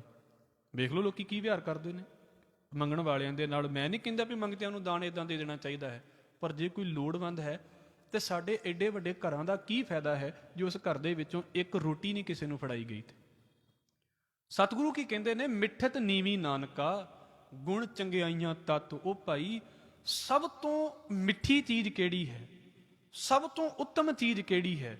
ਤੇ ਗੁਰੂ ਸਾਹਿਬ ਕਹਿੰਦੇ ਉਹ ਹੈ ਨਿਮਰ ਰਹਿਣਾ, ਨਿਰਮਾਣ ਰਹਿਣਾ। ਇੱਕ ਤੇ ਉਹ ਹੁੰਦਾ ਹੈ ਸਾਡੇ ਕੋਲ ਕੁਝ ਨਹੀਂ ਆ ਤੇ ਅਸੀਂ ਤਾਂ ਨੀਵੇਂ ਹੋ ਗਏ, ਇੱਕ ਤੇ ਉਹ ਹੁੰਦਾ ਹੈ। ਇੱਕ ਨੀਵੇਂ ਉਹ ਹੁੰਦਾ ਹੈ ਸਾਡੇ ਕੋਲ ਸਾਰਾ ਕੁਝ ਹੈ ਪਰ ਤਾਂ ਵੀ ਨੀਵੇਂ ਰਹਿਣਾ, ਤਾਂ ਵੀ ਨਿਮਰ ਬਣ ਕੇ ਰਹਿਣਾ। ਇੱਕ ਤੇ ਉਹ ਹੈ ਨਾ ਵੀ ਜਿਹਨੂੰ ਡਰਾਤਾ ਵੀ ਤੂੰ ਬੈਠ ਥੱਲੇ, ਉਹ ਤਾਂ ਵਿਚਾਰਾ ਬੈਠ ਹੀ ਗਿਆ। ਇੱਕ ਉਹ ਹੈ ਸਾਰਾ ਕੁਝ ਹੈ ਪਰ ਫਿਰ ਵੀ ਥੱਲੇ ਹੋ ਕੇ ਬੈਠਾ ਹੈ ਵੀ ਨਹੀਂ ਮੈਂ ਨਿਮਰ ਹੋ ਕੇ ਬੈਠਾ ਹਾਂ। ਉਹਨੂੰ ਮਹਾਰਾਜ ਕਹਿੰਦੇ ਇਦਾਂ ਦੀ ਨਿਮਰਤਾ ਹੋਵੇ। ਉਹ ਤੇ ਫਿਰ ਲੂੰਬੜੀ ਵਾਲੀ ਆਪਣੀ ਗੱਲ ਪੜ੍ਹਦੇ ਹੀ ਹੁੰਦੇ ਆ ਵੀ ਉਹ ਜਦੋਂ ਉਹਦੇ ਕੋਲ ਅੰਗੂਰਾਂ ਤੱਕ ਪਹੁੰਚਿਆ ਨਹੀਂ ਗਿਆ ਤੇ ਫਿਰ ਕਹਿੰਦੀ ਹੈ ਵੀ ਨਹੀਂ ਅੰਗੂਰ ਖੱਟੇ ਆ। ਇਦਾਂ ਨਹੀਂ ਵੀ ਖੋਵੇ ਪੱਲੇ ਕੁਝ ਨਾ ਤੇ ਮੈਂ ਬੜਾ ਨੀਵਾਂ ਹਾਂ। ਮਹਾਰਾਜ ਕਹਿੰਦੇ ਤਾਣ ਹੁੰਦਾ ਹੋਏ ਨਿਤਾਣਾ, ਪੂਰੀ ਤਾਕਤ ਪੱਲੇ ਹੋਵੇ, ਪੂਰੀ ਤਾਕਤ ਵਰਤ ਸਕਦਾ ਹੋਵੇ, ਫਿਰ ਵੀ ਸਬਰ ਕਰਕੇ ਬੈਠਾ ਹੋਵੇ, ਉਹ ਹੈ ਅਸਲ ਦੇ ਵਿੱਚ ਨਿਰਮਾਣ ਬੰਦਾ। ਨਿਰਮਾਣ ਥੋੜਾ ਜਿਹਦੇ ਕੋਲ ਸੋਰਸ ਹੀ ਨਹੀਂ ਤੇ ਕਹਿ ਜਾਵੇ ਮੈਂ ਨਿਰਮਾਣ ਹਾਂ। ਘਰ ਐਡਾ ਵੱਡਾ ਹੋਵੇ ਫਿਰ ਵੀ ਘਰ ਦੇ ਵਿੱਚ ਇੱਕ ਨਿਰਮਾਣ ਬੰਦਾ ਬਣ ਕੇ ਰਹਿ ਰਿਹਾ ਹੋਵੇ ਵੀ ਸੁਸਾਇਟੀ ਨੂੰ ਲੱਗੇ ਵੀ ਹਾਂ ਆਹ ਬੰਦਾ ਡਾਊਨ ਟੂ ਅਰਥ ਹੈ, ਇਹਨੂੰ ਇਦਾਂ ਮੰਨਿਆ ਜਾਂਦਾ ਹੈ। ਪਰ ਪ੍ਰੋਬਲਮ ਲੋਕਾਂ ਦੀ ਕੀ ਆ ਗਈ, ਲੋਕੀ ਵੱਡੇ ਹੁੰਦੇ ਨੇ ਨਾਲੇ ਹੰਕਾਰੀ ਹੋਣਾ ਸ਼ੁਰੂ ਹੋ ਜਾਂਦੇ ਨੇ, ਨਾਲੇ ਆਕੜਨਾ ਸ਼ੁਰੂ ਹੋ ਜਾਂਦੇ ਨੇ ਵੀ ਹੁਣ ਅਸੀਂ ਝੁਕਣਾ ਬੰਦ ਕਰ ਦੇਵਾਂਗੇ। ਮਹਾਰਾਜ ਕਹਿੰਦੇ ਨੇ ਮਿੱਠਤ ਨੀਵੀਂ ਨਾਨਕਾ ਗੁਣ ਚੰਗਿਆਈਆਂ ਤਤ। ਸਭ ਤੋਂ ਉੱਤਮ ਚੀਜ਼ ਹੈ ਨੀਵੇਂ ਹੋ ਜਾਣਾ, ਸਭ ਤੋਂ ਉੱਤਮ ਚੀਜ਼ ਹੈ ਝੁਕ ਜਾਣਾ। ਤੇ ਮੈਂ ਇਹ ਵੀ ਆਪ ਜੀ ਦੇ ਅੱਗੇ ਰੱਖ ਦੇਵਾਂ, ਸਾਰੀਆਂ ਚੰਗਿਆਈਆਂ ਦਾ ਤੱਤ, ਸਾਰਿਆਂ ਗੁਣਾਂ ਦਾ ਤੱਤ ਹੈ ਨੀਵੇਂ ਹੋ ਜਾਣਾ। ਜ਼ਰੂਰੀ ਨਹੀਂ ਹੈ ਕਿ ਅਸੀਂ ਵੱਡੇ ਹਾਂ ਜਾਂ ਛੋਟੇ ਹਾਂ, ਮੁੱਖ ਗੱਲ ਇਹ ਹੈ ਅਸੀਂ ਨਿਮਰ ਕਿੰਨੇ ਹਾਂ। ਮੈਂ ਇਹ ਵੀ ਆਪ ਜੀ ਦੇ ਅੱਗੇ ਰੱਖ ਦੇਵਾਂ, ਕਈ ਬੰਦਿਆਂ ਦੇ ਪੱਲੇ ਹੁੰਦਾ ਕੁਝ ਵੀ ਨਹੀਂ ਹੈ ਪਰ ਆਕੜੇ ਇਦਾਂ ਹੁੰਦੇ ਨੇ ਵੀ ਪਤਾ ਨਹੀਂ ਕੀ ਲਈ ਫਿਰਦੇ ਨੇ ਦੁਨੀਆ ਦੇ ਵਿੱਚ। ਉਹਨੂੰ ਗੁਰੂ ਨਾਨਕ ਸਾਹਿਬ ਮਹਾਰਾਜ ਕਹਿੰਦੇ ਨੇ ਅਸਲ ਦੇ ਵਿੱਚ ਸਭ ਤੋਂ ਵੱਡੇ, ਮੈਂ ਲਫ਼ਜ਼ ਵਰਤਾਂਗਾ ਮੈਨੂੰ ਮਾਫ ਕਰ ਦਿਓ, ਮਹਾਰਾਜ ਕਹਿੰਦੇ ਸਭ ਤੋਂ ਵੱਡੇ ਗਧੇ ਨੇ ਉਹ ਜਿਨ੍ਹਾਂ ਦੇ ਪੱਲੇ ਕੁਝ ਵੀ ਨਹੀਂ ਪਰ ਹੰਕਾਰ ਦੀਆਂ ਪੰਡਾਂ ਸਿਰ ਤੇ ਲਈ ਫਿਰਦੇ ਨੇ ਵੀ ਅਸੀਂ ਪਤਾ ਨਹੀਂ ਕੀ ਹਾਂ। ਨਾਨਕ ਸੇ ਨਰ ਅਸਲ ਖਰ, ਖਰ ਦਾ ਮਤਲਬ ਹੁੰਦਾ ਹੈ ਗਧਾ। ਜੇ ਬਿਨ ਗੁਣ ਗਰਬ ਕਰਨ ਤੋਂ, ਉਹ ਭਾਈ ਕਿਸੇ ਦੇ ਪੱਲੇ ਗੁਣ ਹੋਵੇ ਹੰਕਾਰ ਤੇ ਉਹਨੂੰ ਵੀ ਨਹੀਂ ਕਰਨਾ ਚਾਹੀਦਾ, ਤੇ ਜਿਹਦੇ ਪੱਲੇ ਗੁਣ ਵੀ ਕੋਈ ਨਹੀਂ ਤਾਂ ਵੀ ਹੰਕਾਰੀ ਹੋਇਆ ਫਿਰਦਾ ਹੈ, ਤੇ ਮਹਾਰਾਜ ਕਹਿੰਦੇ ਉਹਨੂੰ ਕੀ ਕਵਾਂਗੇ ਅਸੀਂ। ਨਾਨਕ ਸੇ ਨਰ ਅਸਲ ਖਰ ਜੇ ਬਿਨ ਗੁਣ ਗਰਬ ਕਰਨ, ਕੁਝ ਪੱਲੇ ਆ ਗਿਆ ਹੈ। ਮਹਾਰਾਜ ਕਹਿੰਦੇ ਨਿਮਰ ਹੋਣਾ ਸ਼ੁਰੂ ਕਰੋ। ਤੁਸੀਂ ਕਿੰਨਾ ਨੀਵਾਂ ਰੱਖ ਸਕਦੇ ਜੇ ਆਪਣੇ ਆਪ ਨੂੰ, ਵੀ ਜੇ ਤੁਹਾਨੂੰ ਕੋਈ ਬੰਦਾ ਮਿਲਣਾ ਚਾਹੁੰਦਾ ਹੈ ਤੇ ਅਸੀਂ ਉਸ ਬੰਦੇ ਨੂੰ ਮਿਲਦੇ ਹਾਂ ਕਿ ਸਾਡੇ ਮਿਲਣ ਤੋਂ ਪਹਿਲਾਂ ਉਸ ਬੰਦੇ ਨੂੰ ਸਾਡੀ ਡਿਗਰੀ ਮਿਲ ਪੈਂਦੀ ਹੈ। ਜੇ ਡਿਗਰੀ ਮਿਲੇਗੀ ਫਿਰ ਉਹ ਕਹੇਗੀ ਵੀ ਤੇਰੀ ਡਿਗਰੀ ਤੇ ਮੇਰੇ ਵਾਲੀ ਹੈ ਹੀ ਨਹੀਂ, ਮੈਂ ਤੇਰੇ ਨਾਲ ਗੱਲ ਕਿਉਂ ਕਰਾਂ। ਜੇ ਸਾਨੂੰ ਬੰਦੇ ਨੂੰ ਮਿਲਣ ਤੋਂ ਪਹਿਲਾਂ ਸਾਡੀ ਇਨਸਾਨੀਅਤ ਨਹੀਂ ਮਿਲਦੀ ਤੇ ਸਾਡਾ ਰੁਤਬਾ ਮਿਲਣ ਲੱਗ ਪੈਂਦਾ ਹੈ, ਇਹਦਾ ਮਤਲਬ ਹੈ ਵੀ ਅਸੀਂ ਘੱਟੋ ਘੱਟ ਅਜੇ ਉਹ ਚੀਜ਼ ਨਹੀਂ ਸਿੱਖੀ ਜਿਹੜੀ ਗੁਰੂ ਨਾਨਕ ਸਾਹਿਬ ਮਹਾਰਾਜ ਸਾਨੂੰ ਸਿਖਾਉਣੀ ਚਾਹੁੰਦੇ ਨੇ ਵੀ ਨਿਮਰ ਰਹਿ ਕੇ ਕੰਮ ਕਰੋ, ਨੀਵੇਂ ਰਹਿ ਕੇ ਕੰਮ ਕਰੋ। ਮਿੱਠਤ ਨੀਵੀਂ ਨਾਨਕਾ ਗੁਣ ਚੰਗਿਆਈਆਂ ਤਤ। ਮੈਂ ਆਪ ਜੀ ਦੇ ਅੱਗੇ ਇਸ ਪਾਸੇ ਤੋਂ ਬੇਨਤੀ ਕਰ ਦੇਵਾਂ, ਵੱਡੇ ਹੋ ਜਾਣਾ ਬੁਰਾ ਨਹੀਂ ਹੈ, ਉੱਚੇ ਹੋ ਜਾਈਏ ਕੋਈ ਬੁਰਾਈ ਨਹੀਂ ਹੈ, ਪਰ ਉਸ ਉੱਚੇ ਹੋਣ ਦੇ ਵਿੱਚ ਲੋਕਾਂ ਦਾ ਭਲਾ ਕਿੰਨਾ ਛਿਪਿਆ ਹੋਇਆ ਹੈ ਇਹ ਜ਼ਰੂਰ ਸਾਨੂੰ ਪਤਾ ਹੋਣਾ ਚਾਹੀਦਾ ਹੈ। ਕਿ ਸਾਨੂੰ ਆਦਤ ਹੈ ਸੇਵਾ ਕਰਨ ਦੀ, ਸਾਡੇ ਬੱਚਿਆਂ ਨੂੰ ਆਦਤ ਹੈ ਸੇਵਾ ਕਰਨ ਦੀ। ਮੈਂ ਆਪ ਜੀ ਦੇ ਅੱਗੇ ਉਦਾਹਰਣ ਰੱਖ ਦੇਵਾਂ। ਮਹਾਰਾਜ ਨੇ ਗੱਲ ਤੇ ਬੋਲੀ ਹੈ ਸਿਮਲ ਦੇ ਦਰਖਤ ਦੀ, ਵੀ ਸਿਮਲ ਦਾ ਦਰਖਤ ਬੜਾ ਲੰਮਾ ਹੁੰਦਾ ਹੈ, ਪਰ ਇੱਥੇ ਕਿਸੇ ਪੰਛੀ ਨੂੰ ਫਾਇਦਾ ਨਹੀਂ ਮਿਲਦਾ। ਆਪਣੇ ਗੁਰਦੁਆਰਾ ਸਾਹਿਬ ਦੇ ਨਿਸ਼ਾਨ ਸਾਹਿਬਾਂ ਦੇ ਵੱਲ ਧਿਆਨ ਮਾਰ ਕੇ ਵੇਖਿਓ, ਕਿੰਨੇ ਉੱਚੇ ਨੇ, ਕਿੰਨੇ ਉੱਚੇ ਨੇ। ਪਰ ਇਹਦਾ ਇੱਕ ਫਾਇਦਾ ਇਹ ਹੈ, ਇਹ ਉੱਚੇ ਇਸ ਕਰਕੇ ਲਗਾਏ ਜਾਂਦੇ ਨੇ ਵੀ ਇਹਦੇ ਨਾਲ ਜਿਹੜਾ ਫਰਲਾ ਹਵਾ ਦੇ ਵਿੱਚ ਲਹਿਰਾਉਂਦਾ ਹੈ ਨਾ, ਉਹਦਾ ਮਤਲਬ ਇਹ ਹੁੰਦਾ ਹੈ ਵੀ ਕੋਈ ਆਲੇ ਦੁਆਲੇ ਨੇੜੇ ਤੇੜੇ ਕੋਈ ਭੁੱਖਾ ਹੈ ਨਾ, ਤਾਂ ਉਹ ਇਸ ਘਰ ਦੇ ਵਿੱਚ ਆ ਕੇ ਪ੍ਰਸ਼ਾਦਾ ਛਕ ਸਕਦਾ ਹੈ। ਜੇ ਕਿਸੇ ਨੂੰ ਰਹਿਣ ਦੇ ਲਈ ਥਾਂ ਨਹੀਂ ਮਿਲਦੀ ਪਈ ਤੇ ਇਸ ਨਿਸ਼ਾਨ ਦੇ ਥੱਲੇ ਆ ਜਾਵੇ, ਉਹਨੂੰ ਰਹਿਣ ਦੇ ਲਈ ਵੀ ਥਾਂ ਅਸੀਂ ਪ੍ਰੋਵਾਈਡ ਕਰਾਂਗੇ, ਉਹ ਵੀ ਦੇਵਾਂਗੇ। ਇਹ ਨਿਸ਼ਾਨ ਇਸ ਕਰਕੇ ਹੈ ਤੇ ਨਿਸ਼ਾਨ ਵੀ ਕਿੰਨਾ ਉੱਚਾ ਹੈ, ਤੁਸੀਂ ਵੇਖੋ 150 ਫੁੱਟ ਦੇ ਤੇ ਨਿਸ਼ਾਨ ਸਾਹਿਬ ਲੱਗੇ ਹੋਏ ਨੇ ਗੁਰਦੁਆਰਾ ਸਾਹਿਬਾਨ ਦੇ ਅੰਦਰ। ਪਰ ਉਹ ਲੱਗੇ ਇਸ ਕਰਕੇ ਨੇ ਵੀ ਭਾਈ ਇੱਥੇ ਆਓ, ਤੁਹਾਡੀ ਹੈਲਪ ਕੀਤੀ ਜਾਵੇਗੀ, ਤੁਸੀਂ ਦੱਸੋ ਤੇ ਸਹੀ ਤੁਹਾਨੂੰ ਲੋੜ ਕਿਹੜੀ ਚੀਜ਼ ਦੀ ਹੈ। ਨਿਸ਼ਾਨ ਸਾਹਿਬ ਵੀ ਕਿੰਨੇ ਉੱਚੇ ਨੇ। ਚੀਜ਼ਾਂ ਵੱਡੀਆਂ ਹੋ ਜਾਣੀਆਂ, ਘਰ ਦੇ ਵਿੱਚ ਪੈਸੇ ਦਾ ਹੋ ਜਾਣਾ ਬੁਰਾ ਨਹੀਂ ਹੈ, ਪਰ ਜੇ ਪੈਸਾ ਕੋਲ ਹੋ ਗਿਆ ਤੇ ਸੁਭਾਅ ਨਿਸ਼ਾਨ ਸਾਹਿਬ ਵਰਗਾ ਹੋ ਜਾਵੇ, ਫਿਰ ਤੇ ਵਧੀਆ ਗੱਲ ਹੈ ਵੀ ਆਵੇ ਤੂੰ ਦੀ ਹੈਲਪ ਕਰ ਦਈਏ। ਤੇ ਜੇ ਪੈਸਾ ਕੋਲ ਹੋ ਕੇ ਸੁਭਾਅ ਸਿਮਲ ਦੇ ਦਰਖਤ ਵਰਗਾ ਹੋ ਗਿਆ, ਮਹਾਰਾਜ ਕਹਿੰਦੇ ਲੋਕੀ ਆਉਣਗੇ ਤੇ ਜ਼ਰੂਰ, ਪਰ ਨਿਰਾਸ਼ ਹੋ ਕੇ ਮੁੜਨਗੇ।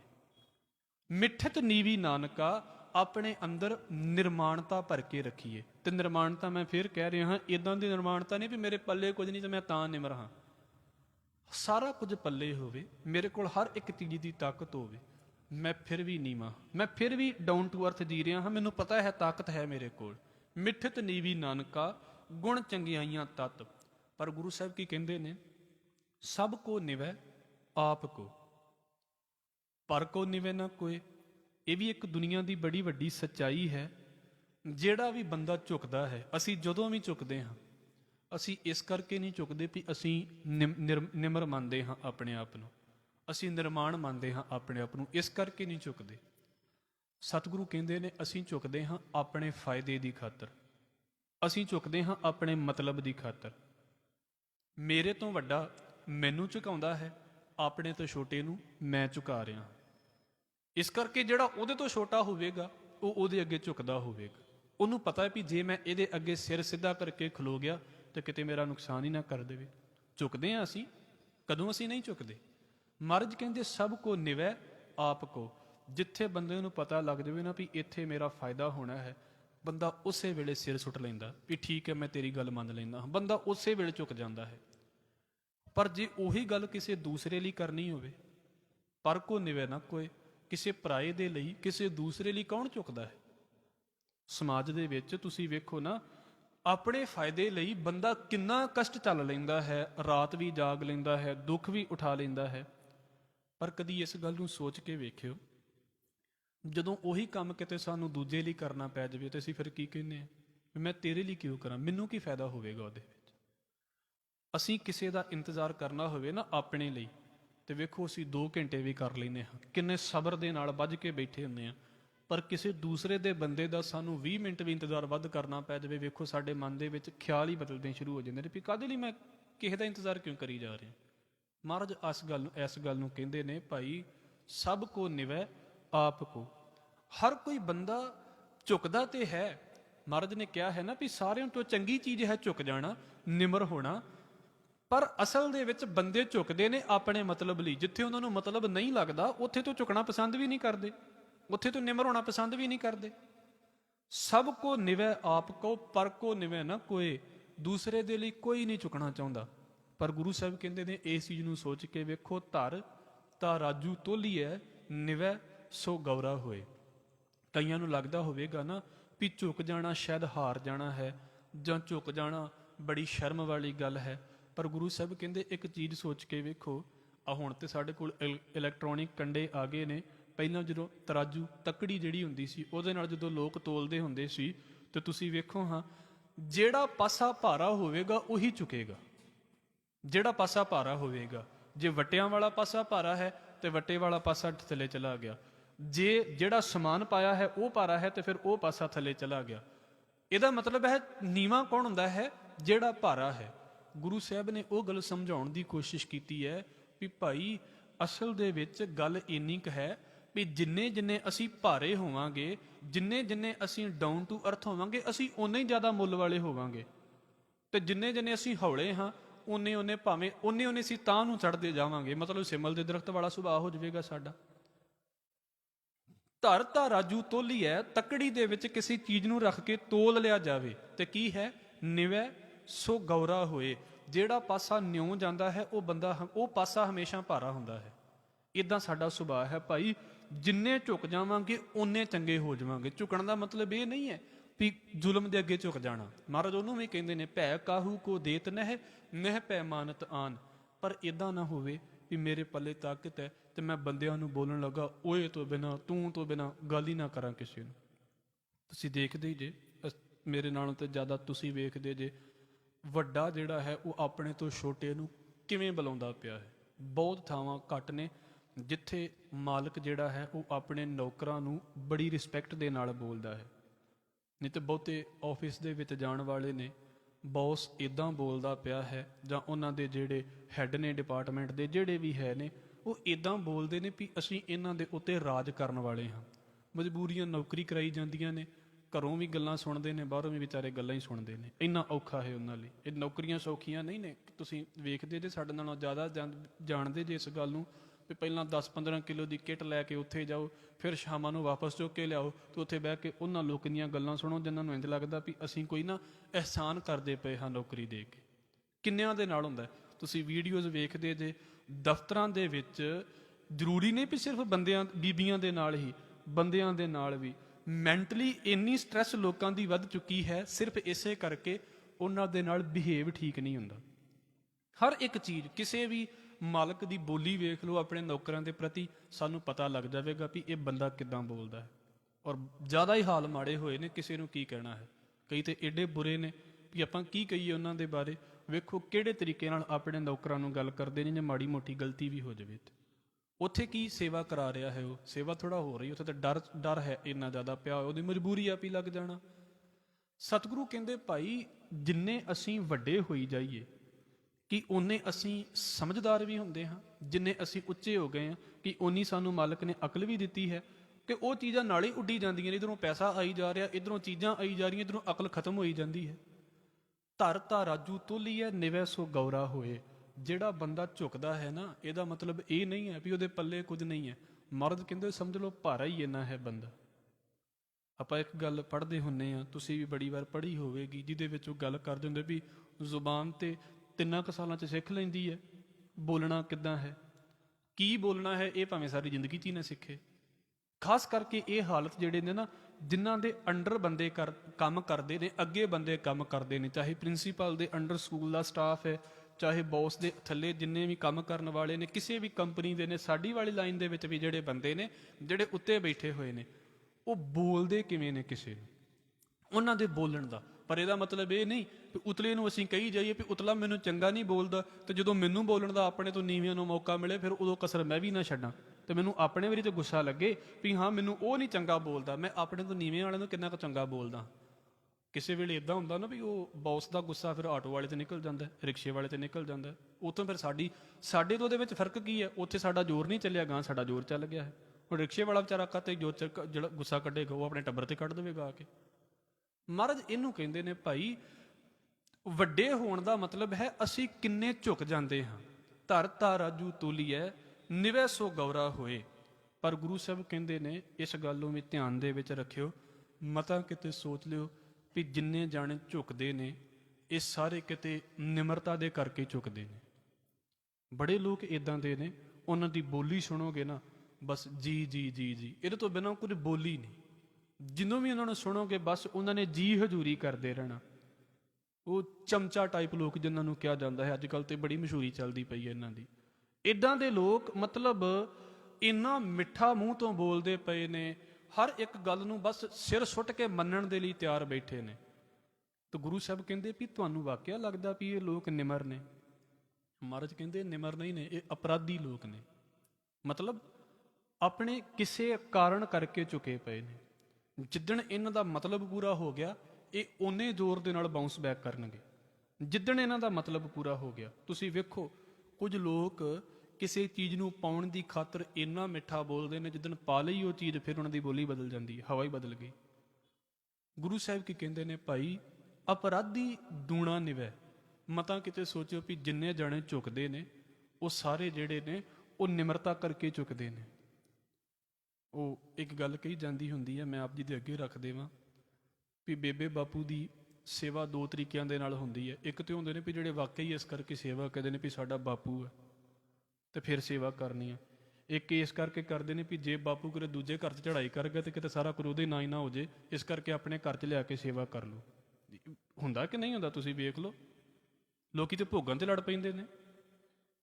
ਉਹ ਕਹਿੰਦਾ ਵੀ ਮੇਰੇ ਘਰ 'ਚ ਮਰਿਆ ਤੇ ਇਸ ਕਰਕੇ ਆ ਚੀਜ਼ ਮੇਰੀ, ਤੇਰੇ ਘਰ 'ਚ ਮਰੇਗਾ ਤੇ ਤੇਰੀ ਹੋ ਜਾਵੇਗੀ।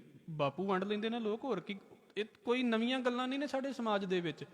ਵੇਖਣ ਨੂੰ ਲੱਗੇਗਾ ਬਾਪੂ ਸੇਵਾ ਕਰਦੇ ਨੇ। ਬਾਪੂ ਦੀ ਸੇਵਾ ਕਾਹਦੀ? ਬਾਪੂ ਜੀ ਦੀ ਪੈਨਸ਼ਨ ਸੇਵਾ ਕਰਾਉਂਦੀ ਪਈ ਹੈ। ਜਦੋਂ ਪੈਨਸ਼ਨ ਨਾ ਹੋਵੇ ਤਾਂ ਬਾਪੂ ਨੂੰ ਕੌਣ ਪੁੱਛੇ?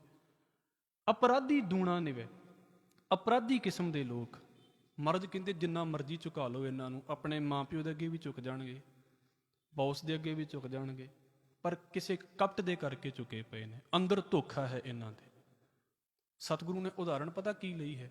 ਮਤਾ ਕਿਤੇ ਸੋਚੋ ਵੀ ਜਿਹੜੇ ਝੁਕ ਜਾਣਗੇ ਤੇ ਸਾਰੇ ਲੋਕ ਜਿਹੜੇ ਨੇ ਉਹ ਨਿਮਰ ਹੀ ਹੁੰਦੇ ਨੇ। ਜਿੰਨੇ ਹਿਰਨ ਦਾ ਸ਼ਿਕਾਰ ਕਰਨਾ ਹੋਵੇ, ਮਿਰਗ ਦਾ ਸ਼ਿਕਾਰ ਕਰਨਾ ਹੋਵੇ ਨਾ, ਉਹ ਵੀ ਜਦੋਂ ਗੋਡਾ ਜ਼ਮੀਨ ਤੇ ਲਾ ਕੇ ਨਾ ਤੇ ਫਿਰ ਤੀਰ ਦਾ ਨਿਸ਼ਾਨਾ ਬੰਨ੍ਹਦਾ। ਜਦੋਂ ਕਮਾਨ ਖਿੱਚੀ ਜਾਂਦੀ ਹੈ ਨਾ ਕਿਸੇ ਵੇਲੇ ਤੇ ਹੁਣ ਤੇ ਚਲੋ ਸਟੈਂਡਿੰਗ ਦੇ ਵਿੱਚ ਵੀ ਚੱਲ ਜਾਂਦੀਆਂ ਨੇ, ਪਰ ਕਿਸੇ ਵੇਲੇ ਜਦੋਂ ਸ਼ਿਸ਼ਤ ਬੰਨ੍ਹ ਕੇ ਨਿਸ਼ਾਨਾ ਲਾਉਣਾ ਹੁੰਦਾ ਹੈ, ਗੋਡਾ ਜ਼ਮੀਨ ਤੇ ਲਾ ਕੇ ਤੇ ਫਿਰ ਜਿਹੜਾ ਹੈ ਨਿਸ਼ਾਨਾ ਬੰਨ੍ਹਿਆ ਜਾਂਦਾ ਹੈ। ਕਈ ਤਰੀਕਿਆਂ ਨਾਲ ਝੁਕਣਾ ਪੈਂਦਾ ਹੈ। ਹੁਣ ਝੁਕਦਾ ਤੇ ਉਹ ਵੀ ਪਿਆ ਹੈ, ਪਰ ਝੁਕਿਆ ਕਾਹਦੇ ਲਈ ਹੈ? ਕਿਸੇ ਦੇ ਸਤਿਕਾਰ ਦੇ ਵਜੋਂ। ਮਹਾਰਾਜ ਕਹਿੰਦੇ ਭਾਈ ਉਹ ਤੇ ਹਿਰਨ ਨੂੰ ਮਾਰਨ ਦੇ ਲਈ ਝੁਕਿਆ ਹੋਇਆ ਹੈ। ਇਦਾਂ ਤੁਹਾਨੂੰ ਕੁਝ ਬੰਦੇ ਇਦਾਂ ਲੱਗਣਗੇ ਵੀ ਆਹ ਜਿਹੜਾ ਬੰਦਾ ਝੁਕਿਆ ਪਿਆ ਹੈ ਨਾ, ਇਹ ਸੇਵਾ ਲਈ ਝੁਕਿਆ ਪਿਆ ਹੈ, ਇਹ ਬੰਦਾ ਨਿਮਰ ਹੈ ਤਾਂ ਝੁਕਿਆ ਪਿਆ ਹੈ। ਸਤਿਗੁਰੂ ਕਹਿੰਦੇ ਨੇ ਤੇ ਭਾਈ ਸ਼ਿਕਾਰੀ ਹੈ, ਜਿੱਦਣ ਇਹਦਾ ਨਿਸ਼ਾਨਾ ਲੱਗ ਗਿਆ ਨੇ ਮਾਰ ਕੇ ਪਰੇ ਹੋ ਜਾਣਾ ਹੈ ਬਸ। ਅਪਰਾਧੀ ਦੂਣਾ ਨਿਵੈ ਜੋ ਹੰਤਾ ਮਿਰਗਾ ਹੈ। ਜਿਹੜਾ ਮਿਰਗਾਂ ਨੂੰ ਵੀ ਮਾਰਦਾ ਹੈ, ਅਪਰਾਧੀ ਵੀ ਝੁਕਦਾ ਹੈ। ਕੁਝ ਬੰਦੇ ਇਦਾਂ ਦੇ ਨੇ ਜਿਹੜੇ ਵਾਕਿਆ ਹੀ ਨਿਮਰ ਨੇ, ਪਰ ਕੁਝ ਦੀ ਬੰਦਿਆਂ ਦੀ ਨਿਮਰਤਾ ਦੇ ਵਿੱਚ ਝੁਕਣਾ ਇੱਕ ਪਖੰਡ ਹੈ। ਇੱਕ ਬਚਨ ਹੈ, ਮੈਂ ਆਪ ਜੀ ਦੇ ਅੱਗੇ ਰੱਖ ਦੇਵਾਂ। ਤੁਸੀਂ ਸ਼ਾਇਦ ਉਹ ਵੀਡੀਓ ਫੌਜ ਦੀ ਵੇਖੀ ਹੋਵੇਗੀ, ਆਰਮੀ ਦੀ। ਜਦੋਂ ਤੋਪ ਦੇ ਵਿੱਚ ਗੋਲਾ ਪਾਇਆ ਜਾਂਦਾ ਨਾ ਤੇ ਉਹਨਾਂ ਨੇ ਲਾਗੇ ਗੋਲੇ ਰੱਖੇ ਹੁੰਦੇ ਨੇ। ਫਿਰ ਕੀ ਕਰਦਾ ਹੈ, ਉਹ ਇੱਕ ਜਾਣਾ ਜਦੋਂ ਜ਼ਮੀਨ ਤੋਂ ਉਠਾਉਂਦਾ ਹੈ ਗੋਲੇ ਤੇ ਫਿਰ ਤੋਪ ਦੇ ਵਿੱਚ ਪਾਉਂਦਾ ਜਾ ਕੇ। ਹੁਣ ਕਿੰਨੀ ਵਾਰ ਝੁਕਦਾ ਹੋਵੇਗਾ? ਜਿੰਨੀ ਵਾਰ ਜ਼ਮੀਨ ਤੋਂ ਗੋਲਾ ਉਠਾਉਣਾ, ਓਨੀ ਵਾਰ ਤੋਪ ਦੇ ਵਿੱਚ ਪਾਉਣਾ ਤੇ ਹਰ ਵਾਰ ਜ਼ਮੀਨ ਦੇ ਵਿੱਚ ਜਾਣਾ। ਹਰ ਵਾਰ ਉਹਨੇ ਉੱਠ ਬੈਠਕ ਕਰਦੇ ਰਹਿਣਾ ਹੈ। ਫਿਰ ਜਿਹੜੇ ਬੰਦੇ ਨੂੰ ਕਿਤੇ ਇਦਾਂ ਕੋਈ ਨਸ਼ਾ ਹੋ ਗਿਆ, ਕੋਈ ਨਸ਼ਾ ਕਰ ਲਿਆ ਤੇ ਉਹ ਨਸ਼ੇ ਦਾ ਜ਼ੋਰ ਉਹਨੂੰ ਚੜਿਆ ਪਿਆ ਹੈ, ਤੁਸੀਂ ਵੇਖੋਗੇ ਕੀ ਹੋਵੇਗਾ? ਉਹਦਾ ਸਿਰ ਆਪੇ ਠਾਂ ਡਿੱਗੀ ਜਾਂਦਾ, ਉਹਦਾ ਸਿਰ ਬੇਹੋਸ਼ੀ ਜੀ ਥੱਲੇ ਡਿੱਗੀ ਜਾਂਦਾ। ਜਿਹੜਾ ਪਹਿਲਵਾਨ ਹੁੰਦਾ ਹੈ ਉਹ ਜਦੋਂ ਰੈਸਲਿੰਗ ਤੋਂ ਪਹਿਲਾਂ ਵਾਰਮ ਅਪ ਹੁੰਦਾ ਹੈ, ਕਈ ਤਰੀਕੇ ਦੀਆਂ ਡੰਡ ਬੈਠਕਾਂ ਮਾਰਦਾ ਹੈ, ਝੁਕ ਵੀ ਜਾਂਦਾ ਹੈ। ਜਿਹੜਾ ਰੋਗੀ ਹੁੰਦਾ ਹੈ ਉਹਦੇ 'ਚ ਇੰਨੀ ਹਿੰਮਤ ਹੀ ਨਹੀਂ ਹੁੰਦੀ ਵੀ ਸਿਰ ਆਪਣਾ ਚੁੱਕ ਲਵੇ। ਵਾਰ-ਵਾਰ ਜੀ ਕਰਦਾ ਵੀ ਨਹੀਂ ਲੰਮੇ ਪੈ ਜਾਓ, ਵਾਰ-ਵਾਰ ਜੀ ਕਰਦਾ ਵੀ ਨਹੀਂ ਮੈਂ ਥੱਕ ਗਿਆ ਹਾਂ, ਮੇਰਾ ਸਿਰ ਥੱਲੇ ਹੀ ਰਵੇ ਤੇ ਵਧੀਆ ਹੈ। ਹਿੰਮਤ ਹੀ ਨਹੀਂ ਹੁੰਦੀ ਉਹਦੇ ਅੰਦਰ। ਹੁਣ ਇਹ ਵੀ ਤੇ ਝੁਕਦੇ ਹੀ ਨੇ, ਤੇ ਕੀ ਇਹ ਸਾਰਿਆਂ ਨੂੰ ਮੰਨ ਲਈਏ ਵੀ ਇਹ ਵੀ ਸਾਰੇ ਮੱਥਾ ਹੀ ਟੇਕਦੇ ਪਏ ਨੇ? ਮਹਾਰਾਜ ਕਹਿੰਦੇ ਨੇ ਕਿ ਇਸ ਚੀਜ਼ ਨੂੰ ਸੋਚ ਕੇ ਵੇਖੋ ਕਿ ਜਿਹੜਾ ਬੰਦਾ ਸਿਜਦੇ ਕਰੇ ਅਨੇਕ ਤੋਪਚੀ ਕਪਟ ਭੇਸ, ਪੋਸਤੀ ਅਨੇਕ ਦਾ ਨਿਵਾਵਤ ਹੈ ਸੀਸ ਕੋ। ਕਹਾ ਪਇਓ ਮਲ ਜੋ ਪੈ ਕਾੜਤ ਅਨੇਕ ਡੰਡ, ਸੋ ਤੋ ਨਾ ਡੰਡੋਤ ਅਸ਼ਟਾਂਗ ਅਥ ਤੀਸ ਕੋ। ਕਹਾ ਪਇਓ ਰੋਗੀ ਜੋ ਪੈ ਡਾਰਿਓ ਰਹੇ, ਉਰਦਮੁਖ ਮਨ ਤੇ ਨਾ ਮੂੰਡ ਨਿਹਰਾਇਓ ਆਦ ਈਸ ਕੋ। ਕਾਮਨਾ ਅਧੀਨ ਸਦਾ ਦਾਮਨਾ ਪ੍ਰਬੀਨ, ਇੱਕ ਭਾਵਨਾ ਬਹੀਨ ਕੈਸੇ ਪਾਵੇ ਜਗਦੀਸ਼ ਕੋ। ਕਹਿੰਦੇ ਰੋਗੀ ਦਾ ਝੁਕਣਾ ਇੱਕ ਮਕਸਦ ਹੈ, ਪਹਿਲਵਾਨ ਦਾ ਝੁਕਣਾ ਇੱਕ ਮਕਸਦ ਹੈ। ਇੱਦਾਂ ਬਹੁਤੇ ਬੰਦਿਆਂ ਦਾ ਝੁਕਣਾ ਅਸਲ ਦੇ ਵਿੱਚ ਆਪਣੀਆਂ ਕਾਮਨਾਵਾਂ ਨੂੰ ਮੱਥੇ ਟੇਕਦੇ ਪਏ ਨੇ। ਕੋਈ ਮਤਲਬ ਨਹੀਂ ਆਪਾਂ ਆਪਣੇ ਵੱਡਿਆਂ ਅੱਗੇ ਝੁਕਦੇ ਪਏ ਨੇ ਤੇ ਰੱਬ ਅੱਗੇ ਝੁਕਦੇ ਪਏ ਨੇ। ਸਿਰਫ ਦਾਮਨਾ ਹੈ, ਦਾਮਨ, ਪੈਸਾ, ਇਹ ਚੀਜ਼ਾਂ ਹੈ ਉਹਨਾਂ ਦੇ ਕੋਲ। ਉਹ ਚੀਜ਼ਾਂ ਝੁਕਾ ਰਹੀਆਂ ਨੇ ਉਹਨਾਂ ਨੂੰ, ਮਤਲਬ ਝੁਕਾ ਰਿਹਾ ਹੈ ਆਪਣਾ। ਸਤਿਗੁਰੂ ਕਹਿੰਦੇ ਅਪਰਾਧੀ ਦੂਣਾ ਨਿਵੈ। ਉਹ ਭਾਈ ਜਿੰਨੇ ਮਿਰਗ ਨੂੰ ਮਾਰਨਾ ਹੋਵੇ, ਜੋ ਹੰਤਾ ਮਿਰਗਾ ਹੈ, ਜਿੰਨੇ ਮਿਰਗ ਨੂੰ ਮਾਰਨਾ ਹੋਵੇ ਨਾ ਉਹ ਵੀ ਝੁਕ ਕੇ ਨਿਸ਼ਾਨੇ ਲਾਉਂਦਾ ਹੈ। ਆ ਸਨਾਈਪਰ ਵੇਖਦੇ ਹੀ ਜੇ ਤੁਸੀਂ, ਜਦੋਂ ਉਹ ਨਿਸ਼ਾਨਾ ਲਾਉਂਦੇ ਨੇ ਵੇਖਿਓ ਕਿਹੜੇ ਤਰੀਕੇ ਨਾਲ ਨਿਸ਼ਾਨਾ ਲਾਉਂਦੇ ਨੇ। ਔਰ ਉਹਨਾਂ ਦੇ ਨਿਸ਼ਾਨੇ ਏਡੇ ਕਮਾਲ ਦੇ ਹੁੰਦੇ ਨੇ। ਤਾਂ ਹੀ ਇਸ ਕਰਕੇ ਸਨਾਈਪਰ ਕਿਹਾ ਜਾਂਦਾ ਵੀ ਲਗਭਗ 99% ਨਿਸ਼ਾਨੇ ਮਿਸ ਨਹੀਂ ਹੁੰਦੇ ਉਹਨਾਂ ਦੇ, ਇਦਾਂ ਦੇ ਬੰਦੇ ਹੁੰਦੇ ਨੇ। ਝੁਕਦੇ ਤੇ ਉਹ ਵੀ ਨੇ, ਨਜ਼ਰ ਵੀ ਨਹੀਂ ਆਉਂਦੇ ਵੀ ਇੱਥੇ ਲੰਮੇ ਪਏ ਹੋਏ ਨੇ, ਇਦਾਂ ਦੇ ਬੰਦੇ ਨੇ। ਸਤਿਗੁਰੂ ਕਹਿੰਦੇ ਝੁਕ ਤੇ ਇਹੋ ਜਿਹੇ ਵੀ ਬੜੇ ਜਾਂਦੇ ਨੇ। ਅਪਰਾਧੀ ਦੂਣਾ ਨਹੀਂ ਵੇ, ਇਹ ਸਗੋਂ ਜ਼ਿਆਦਾ ਦੋਰੇ ਹੁੰਦੇ ਨੇ ਲੋਕ। ਜੋ ਹੰਤਾ ਮਿਰਗਾਹੇ, ਗੁਰੂ ਸਾਹਿਬ ਕਹਿੰਦੇ ਭਾਈ ਸੀਸ ਨਿਵਾਇਆ ਕਿਆ ਥੀ ਹੈ। ਕੱਲਾ ਸਿਰ ਨੀਵਾਂ ਕਰਨ ਦੇ ਨਾਲ ਕੀ ਹੋਵੇਗਾ? ਕੱਲਾ ਸਿਰ ਥੱਲੇ ਕਰ ਦਿੱਤਾ ਵੀ ਠੀਕ ਆ ਜੀ ਮੈਂ ਤੁਹਾਡੀ ਮੰਨਦਾ ਪਿਆ ਹਾਂ, ਆਖੇ ਲਾਗੇ ਹਾਂਜੀ ਹਾਂਜੀ ਕਰ ਦਿੱਤਾ। ਸਤਿਗੁਰੂ ਕਹਿੰਦੇ ਕੀ ਹੋਵੇਗਾ ਇਹਦੇ ਨਾਲ? ਸੀਸ ਨਿਵਾਇਆ ਕਿਆ ਥੀ ਹੈ, ਕੀ ਹੋਵੇਗਾ? ਥੀ ਹੈ ਦਾ ਮਤਲਬ ਹੋਣਾ। ਜਾਂ ਹਿਰਦਾ ਕੁਸੁੱਦੇ ਜਾਹੇ, ਇੱਕ ਹੁੰਦਾ ਹੈ ਸ਼ੁੱਧ, ਮਤਲਬ ਬਿਲਕੁਲ ਸਹੀ, ਕੁਸ਼ੁੱਧ ਬਿਲਕੁਲ ਇਹਦੇ ਉਲਟ ਹੋ ਗਿਆ ਵੀ ਦਿਲ ਤੋਂ ਤੇ ਉਹਨੂੰ ਬੁਰਾ ਬੋਲੀ ਜਾਣਾ ਹੈ, ਬਾਹਰੋਂ ਉਹਨੂੰ ਮੱਥੇ ਟੇਕੀ ਜਾ ਰਹੇ ਆ। ਤੇ ਸਤਿਗੁਰੂ ਕਹਿੰਦੇ ਹੋ ਜੇ ਮੱਥਾ ਟੇਕਿਆ ਕਿਹੜੇ ਕੰਮ ਆਵੇਗਾ? ਉਹ ਮੱਥਾ ਟੇਕਿਆ ਕੀ ਬਣ ਜਾਵੇਗਾ? ਅਪਰਾਧ ਬਣ ਜਾਵੇਗਾ, ਜੋ ਹਿਰਨ ਨੂੰ ਮਾਰਨ ਵਾਲਾ ਬੰਦਾ ਕਰਦਾ, ਜਿਹਨੂੰ ਅਸੀਂ ਪਿੱਛੇ ਪੜ ਕੇ ਆਏ ਹਾਂ। ਸੀਸ ਨਿਵਾਇਆ ਕਿਆ ਥੀ ਹੈ, ਜਾਂ ਹਿਰਦੇ ਕੁਸੁੱਦੇ ਜਾਹੇ। ਸਤਿਗੁਰੂ ਕਹਿੰਦੇ ਕੱਲਾ ਸਿਰ ਨਿਵਾਉਣ ਦੇ ਨਾਲ ਕੀ ਹੋਵੇਗਾ ਜਦੋਂ ਦਿਲ ਉਲਟੇ ਪਾਸੇ ਜਾਂਦਾ ਹੈ। ਮੈਂ ਬੇਨਤੀ ਕਰਦੇ ਮੈਂ ਇਹਦੇ ਬਾਰੇ ਫਿਰ ਅਸੀਂ ਸਮਾਪਤੀ ਕਰਾਂਗੇ। ਦੇਖੋ ਕੁਝ ਗੱਲਾਂ ਹੁੰਦੀਆਂ ਨੇ ਵੀ ਮਹਾਰਾਜ ਕਹਿੰਦੇ ਨੇ ਇਸ ਰਸਤੇ ਤੇ ਚੱਲੋ, ਤੇ ਸਾਡੇ ਕੋਲੋਂ ਚੱਲਿਆ ਨਹੀਂ ਜਾਂਦਾ। ਸਾਨੂੰ ਪਤਾ ਵੀ ਗਲਤੀਆਂ ਹੁੰਦੀਆਂ ਨੇ, ਸਾਡੇ ਕੋਲੋਂ ਨਹੀਂ ਚੱਲਿਆ ਜਾਂਦਾ। ਇੱਕ ਉਹ ਹੁੰਦੇ ਨੇ ਵੀ ਅਸੀਂ ਚੱਲਣਾ ਤੇ ਚਾਹੁੰਦੇ ਹਾਂ ਪਰ ਸਤਿਗੁਰੂ ਸਾਡੇ ਕੋਲੋਂ ਚੱਲਿਆ ਨਹੀਂ ਜਾਂਦਾ। ਹਮ ਅੰਧਲੇ ਅੰਧ ਬਿਖੈ ਬਿਖ ਰਾਤੇ, ਕਿਉਂ ਚੱਲ ਹੈ ਗੁਰ ਚਾਲੀ, ਸਤਿਗੁਰ ਦਇਆ ਕਰੇ ਸੁਖ ਦਾਤਾ, ਹਮ ਲਾਵੇ ਆਪਨ ਪਾਲੀ। ਵੀ ਗੁਰੂ ਆਪ ਹੀ ਤੋਰ ਲਵੇ, ਸਾਡੇ ਵਿੱਚ ਇੰਨੀ ਤਾਕਤ ਨਹੀਂ। ਤੇ ਇੱਕ ਪਤਾ ਕਿਹੜੇ ਹੁੰਦੇ ਨੇ? ਜਿਹੜੇ ਕਹਿੰਦੇ ਨੇ ਵੀ ਗੁਰੂ ਨੂੰ ਇਹ ਰਸਤਾ ਹੀ ਨਹੀਂ ਬਣਾਉਣਾ ਚਾਹੀਦਾ, ਰਸਤਾ ਹੀ ਅਸੀਂ ਆਪਣਾ ਬਣਾ ਲਵਾਂਗੇ। ਉਹਨਾਂ ਨੇ ਰਸਤੇ ਤੇ ਲਕੀਰ ਮਾਰ ਦਿੱਤੀ ਵੀ ਰਸਤਾ ਹੀ ਗਲਤ ਹੋ ਗਿਆ ਹੈ। ਸਤਿਗੁਰੂ ਕਹਿੰਦੇ ਟੇਕੀ ਜਾਓ ਮੱਥਾ। ਜਦੋਂ ਰਸਤਾ ਹੀ ਤੁਸੀਂ ਆਪਣਾ ਬਣਾਉਣਾ ਚਾਹੁੰਦੇ ਜੇ ਤੇ ਉੱਥੇ ਤੁਸੀਂ ਚੱਲਣਾ ਦਾ ਤਿਆਰ ਵੀ ਨਹੀਂ। ਤੁਸੀਂ ਕਹਿੰਦੇ ਜੇ ਰਸਤਾ ਹੀ ਸਾਡਾ ਸਹੀ ਹੈ, ਦਿਲ ਤੇ ਤੁਹਾਡਾ ਉਹਨੂੰ ਮੰਨਦਾ ਹੀ ਨਹੀਂ ਪਿਆ, ਤੇ ਬਾਹਰੋਂ ਮੱਥਾ ਟੇਕ ਕੇ ਕੀ ਕਰੋਗੇ? ਬਾਹਰੋਂ ਉਹਨੂੰ ਚੁੱਕ ਕੇ ਕੀ ਕਰੋਗੇ? ਜਿਸ ਮਾਂ ਪਿਓ ਨੂੰ ਉਹਦੀ ਗੱਲ ਕਦੀ ਸੁਣਨੀ ਨਹੀਂ, ਉਹਨੂੰ ਕਦੀ ਸੈਂਸ ਦੇ ਨਾਲ ਬੋਲਣਾ ਹੀ ਨਹੀਂ, ਤੇ ਫਿਰ ਉਹਨੂੰ ਭਾਵੇਂ ਆਉਣ ਜਾਣ ਲੱਗੇ ਜਿੰਨੀ ਵਾਰ ਮਰਜ਼ੀ ਮੱਥਾ ਟੇਕੀ ਜਾਓ, ਕੀ ਫਰਕ ਪਵੇਗਾ? ਸੀਸ ਨਿਵਾਇਆ ਕਿਆ ਥੀ ਹੈ, ਜਾਂ ਹਿਰਦੇ ਕੁਸੁੱਦੇ ਜਾਹੇ, ਦਿਲ ਤੋਂ ਪੁੱਠੇ ਜਾਈ ਜਾਣਾ ਤੇ ਚੁੱਕ ਕੇ ਪਖੰਡ ਦੇ ਵਿੱਚ ਮੱਥੇ ਟੇਕੀ ਜਾਣੇ। ਮਹਾਰਾਜ ਕਹਿੰਦੇ ਇਦਾਂ ਕੁਝ ਨਹੀਂ ਬਣਦਾ। ਸੁਮੁੱਖ ਵਿਚਾਰ ਕੀ ਹੈ ਅੱਜ ਦੀ? ਮਾਲਕ ਕਿਰਪਾ ਕਰੇ ਜਿੱਥੇ ਅਸੀਂ ਅੱਜ ਹਾਂ, ਕੱਲ ਨੂੰ ਅਸੀਂ ਬੜੇ ਅੱਗੇ ਨਿਕਲ ਜਾਈਏ, ਪੈਸੇ ਵਾਲੇ ਪਾਸੇ ਤੋਂ ਸਟਰੋਂਗ ਹੋ ਜਾਈਏ, ਇਕਨੋਮੀ ਸਾਡੀ ਚੰਗੀ ਹੋ ਜਾਵੇ, ਪਰਿਵਾਰ ਵਧੀਆ ਹੋ ਜਾਵੇ, ਬੱਚੇ ਚੰਗੇ ਪੜ੍ਹ ਜਾਣ, ਸਾਰਾ ਕੁਝ ਸਹੀ ਹੋ ਜਾਏ, ਘਰ ਸਾਡੇ ਵੱਡੇ ਹੋ ਜਾਣ। ਤੇ ਸਤਿਗੁਰੂ ਕਹਿੰਦੇ ਪਰ ਸਿਮਲ ਦੇ ਦਰਖਤ ਵਰਗੇ ਨਾ ਹੋ ਜਾਇਓ ਵੀ ਬਸ ਜਿਹੜਾ ਵੀ ਆਵੇ ਨਾਰਾਜ਼ ਹੋ ਕੇ ਮੁੜ ਜਾਵੇ, ਵੀ ਨਾ ਫਲ ਚੰਗੇ ਤੇ ਨਾ ਫੁੱਲ ਚੰਗੇ, ਤੇ ਉਹਦਾ ਸਾਡੇ ਨਾਲ ਕੀ ਹੋਵੇ? ਨਾ ਸਾਡੀ ਬੋਲੀ ਚੰਗੀ ਤੇ ਨਾ ਕਿਸੇ ਦੀ ਸੇਵਾ ਕੀਤੀ। ਸਤਿਗੁਰੂ ਕਹਿੰਦੇ ਜੇ ਤੇ ਇਦਾਂ ਦੇ ਹੋਣਾ ਹੈ ਤੇ ਫਿਰ ਕੀ ਫਾਇਦਾ ਹੈ? ਫਿਰ ਤੇ ਸਮਝ ਲਓ ਵੀ ਸੁਸਾਇਟੀ ਦੇ ਵਿੱਚ ਤੁਸੀਂ ਨਜ਼ਰ ਤੇ ਆਵੋਗੇ ਪਰ ਕਿਸੇ ਨੂੰ ਸੁੱਖ ਨਹੀਂ ਦੇ ਰਹੇ ਹੋਵੋਗੇ।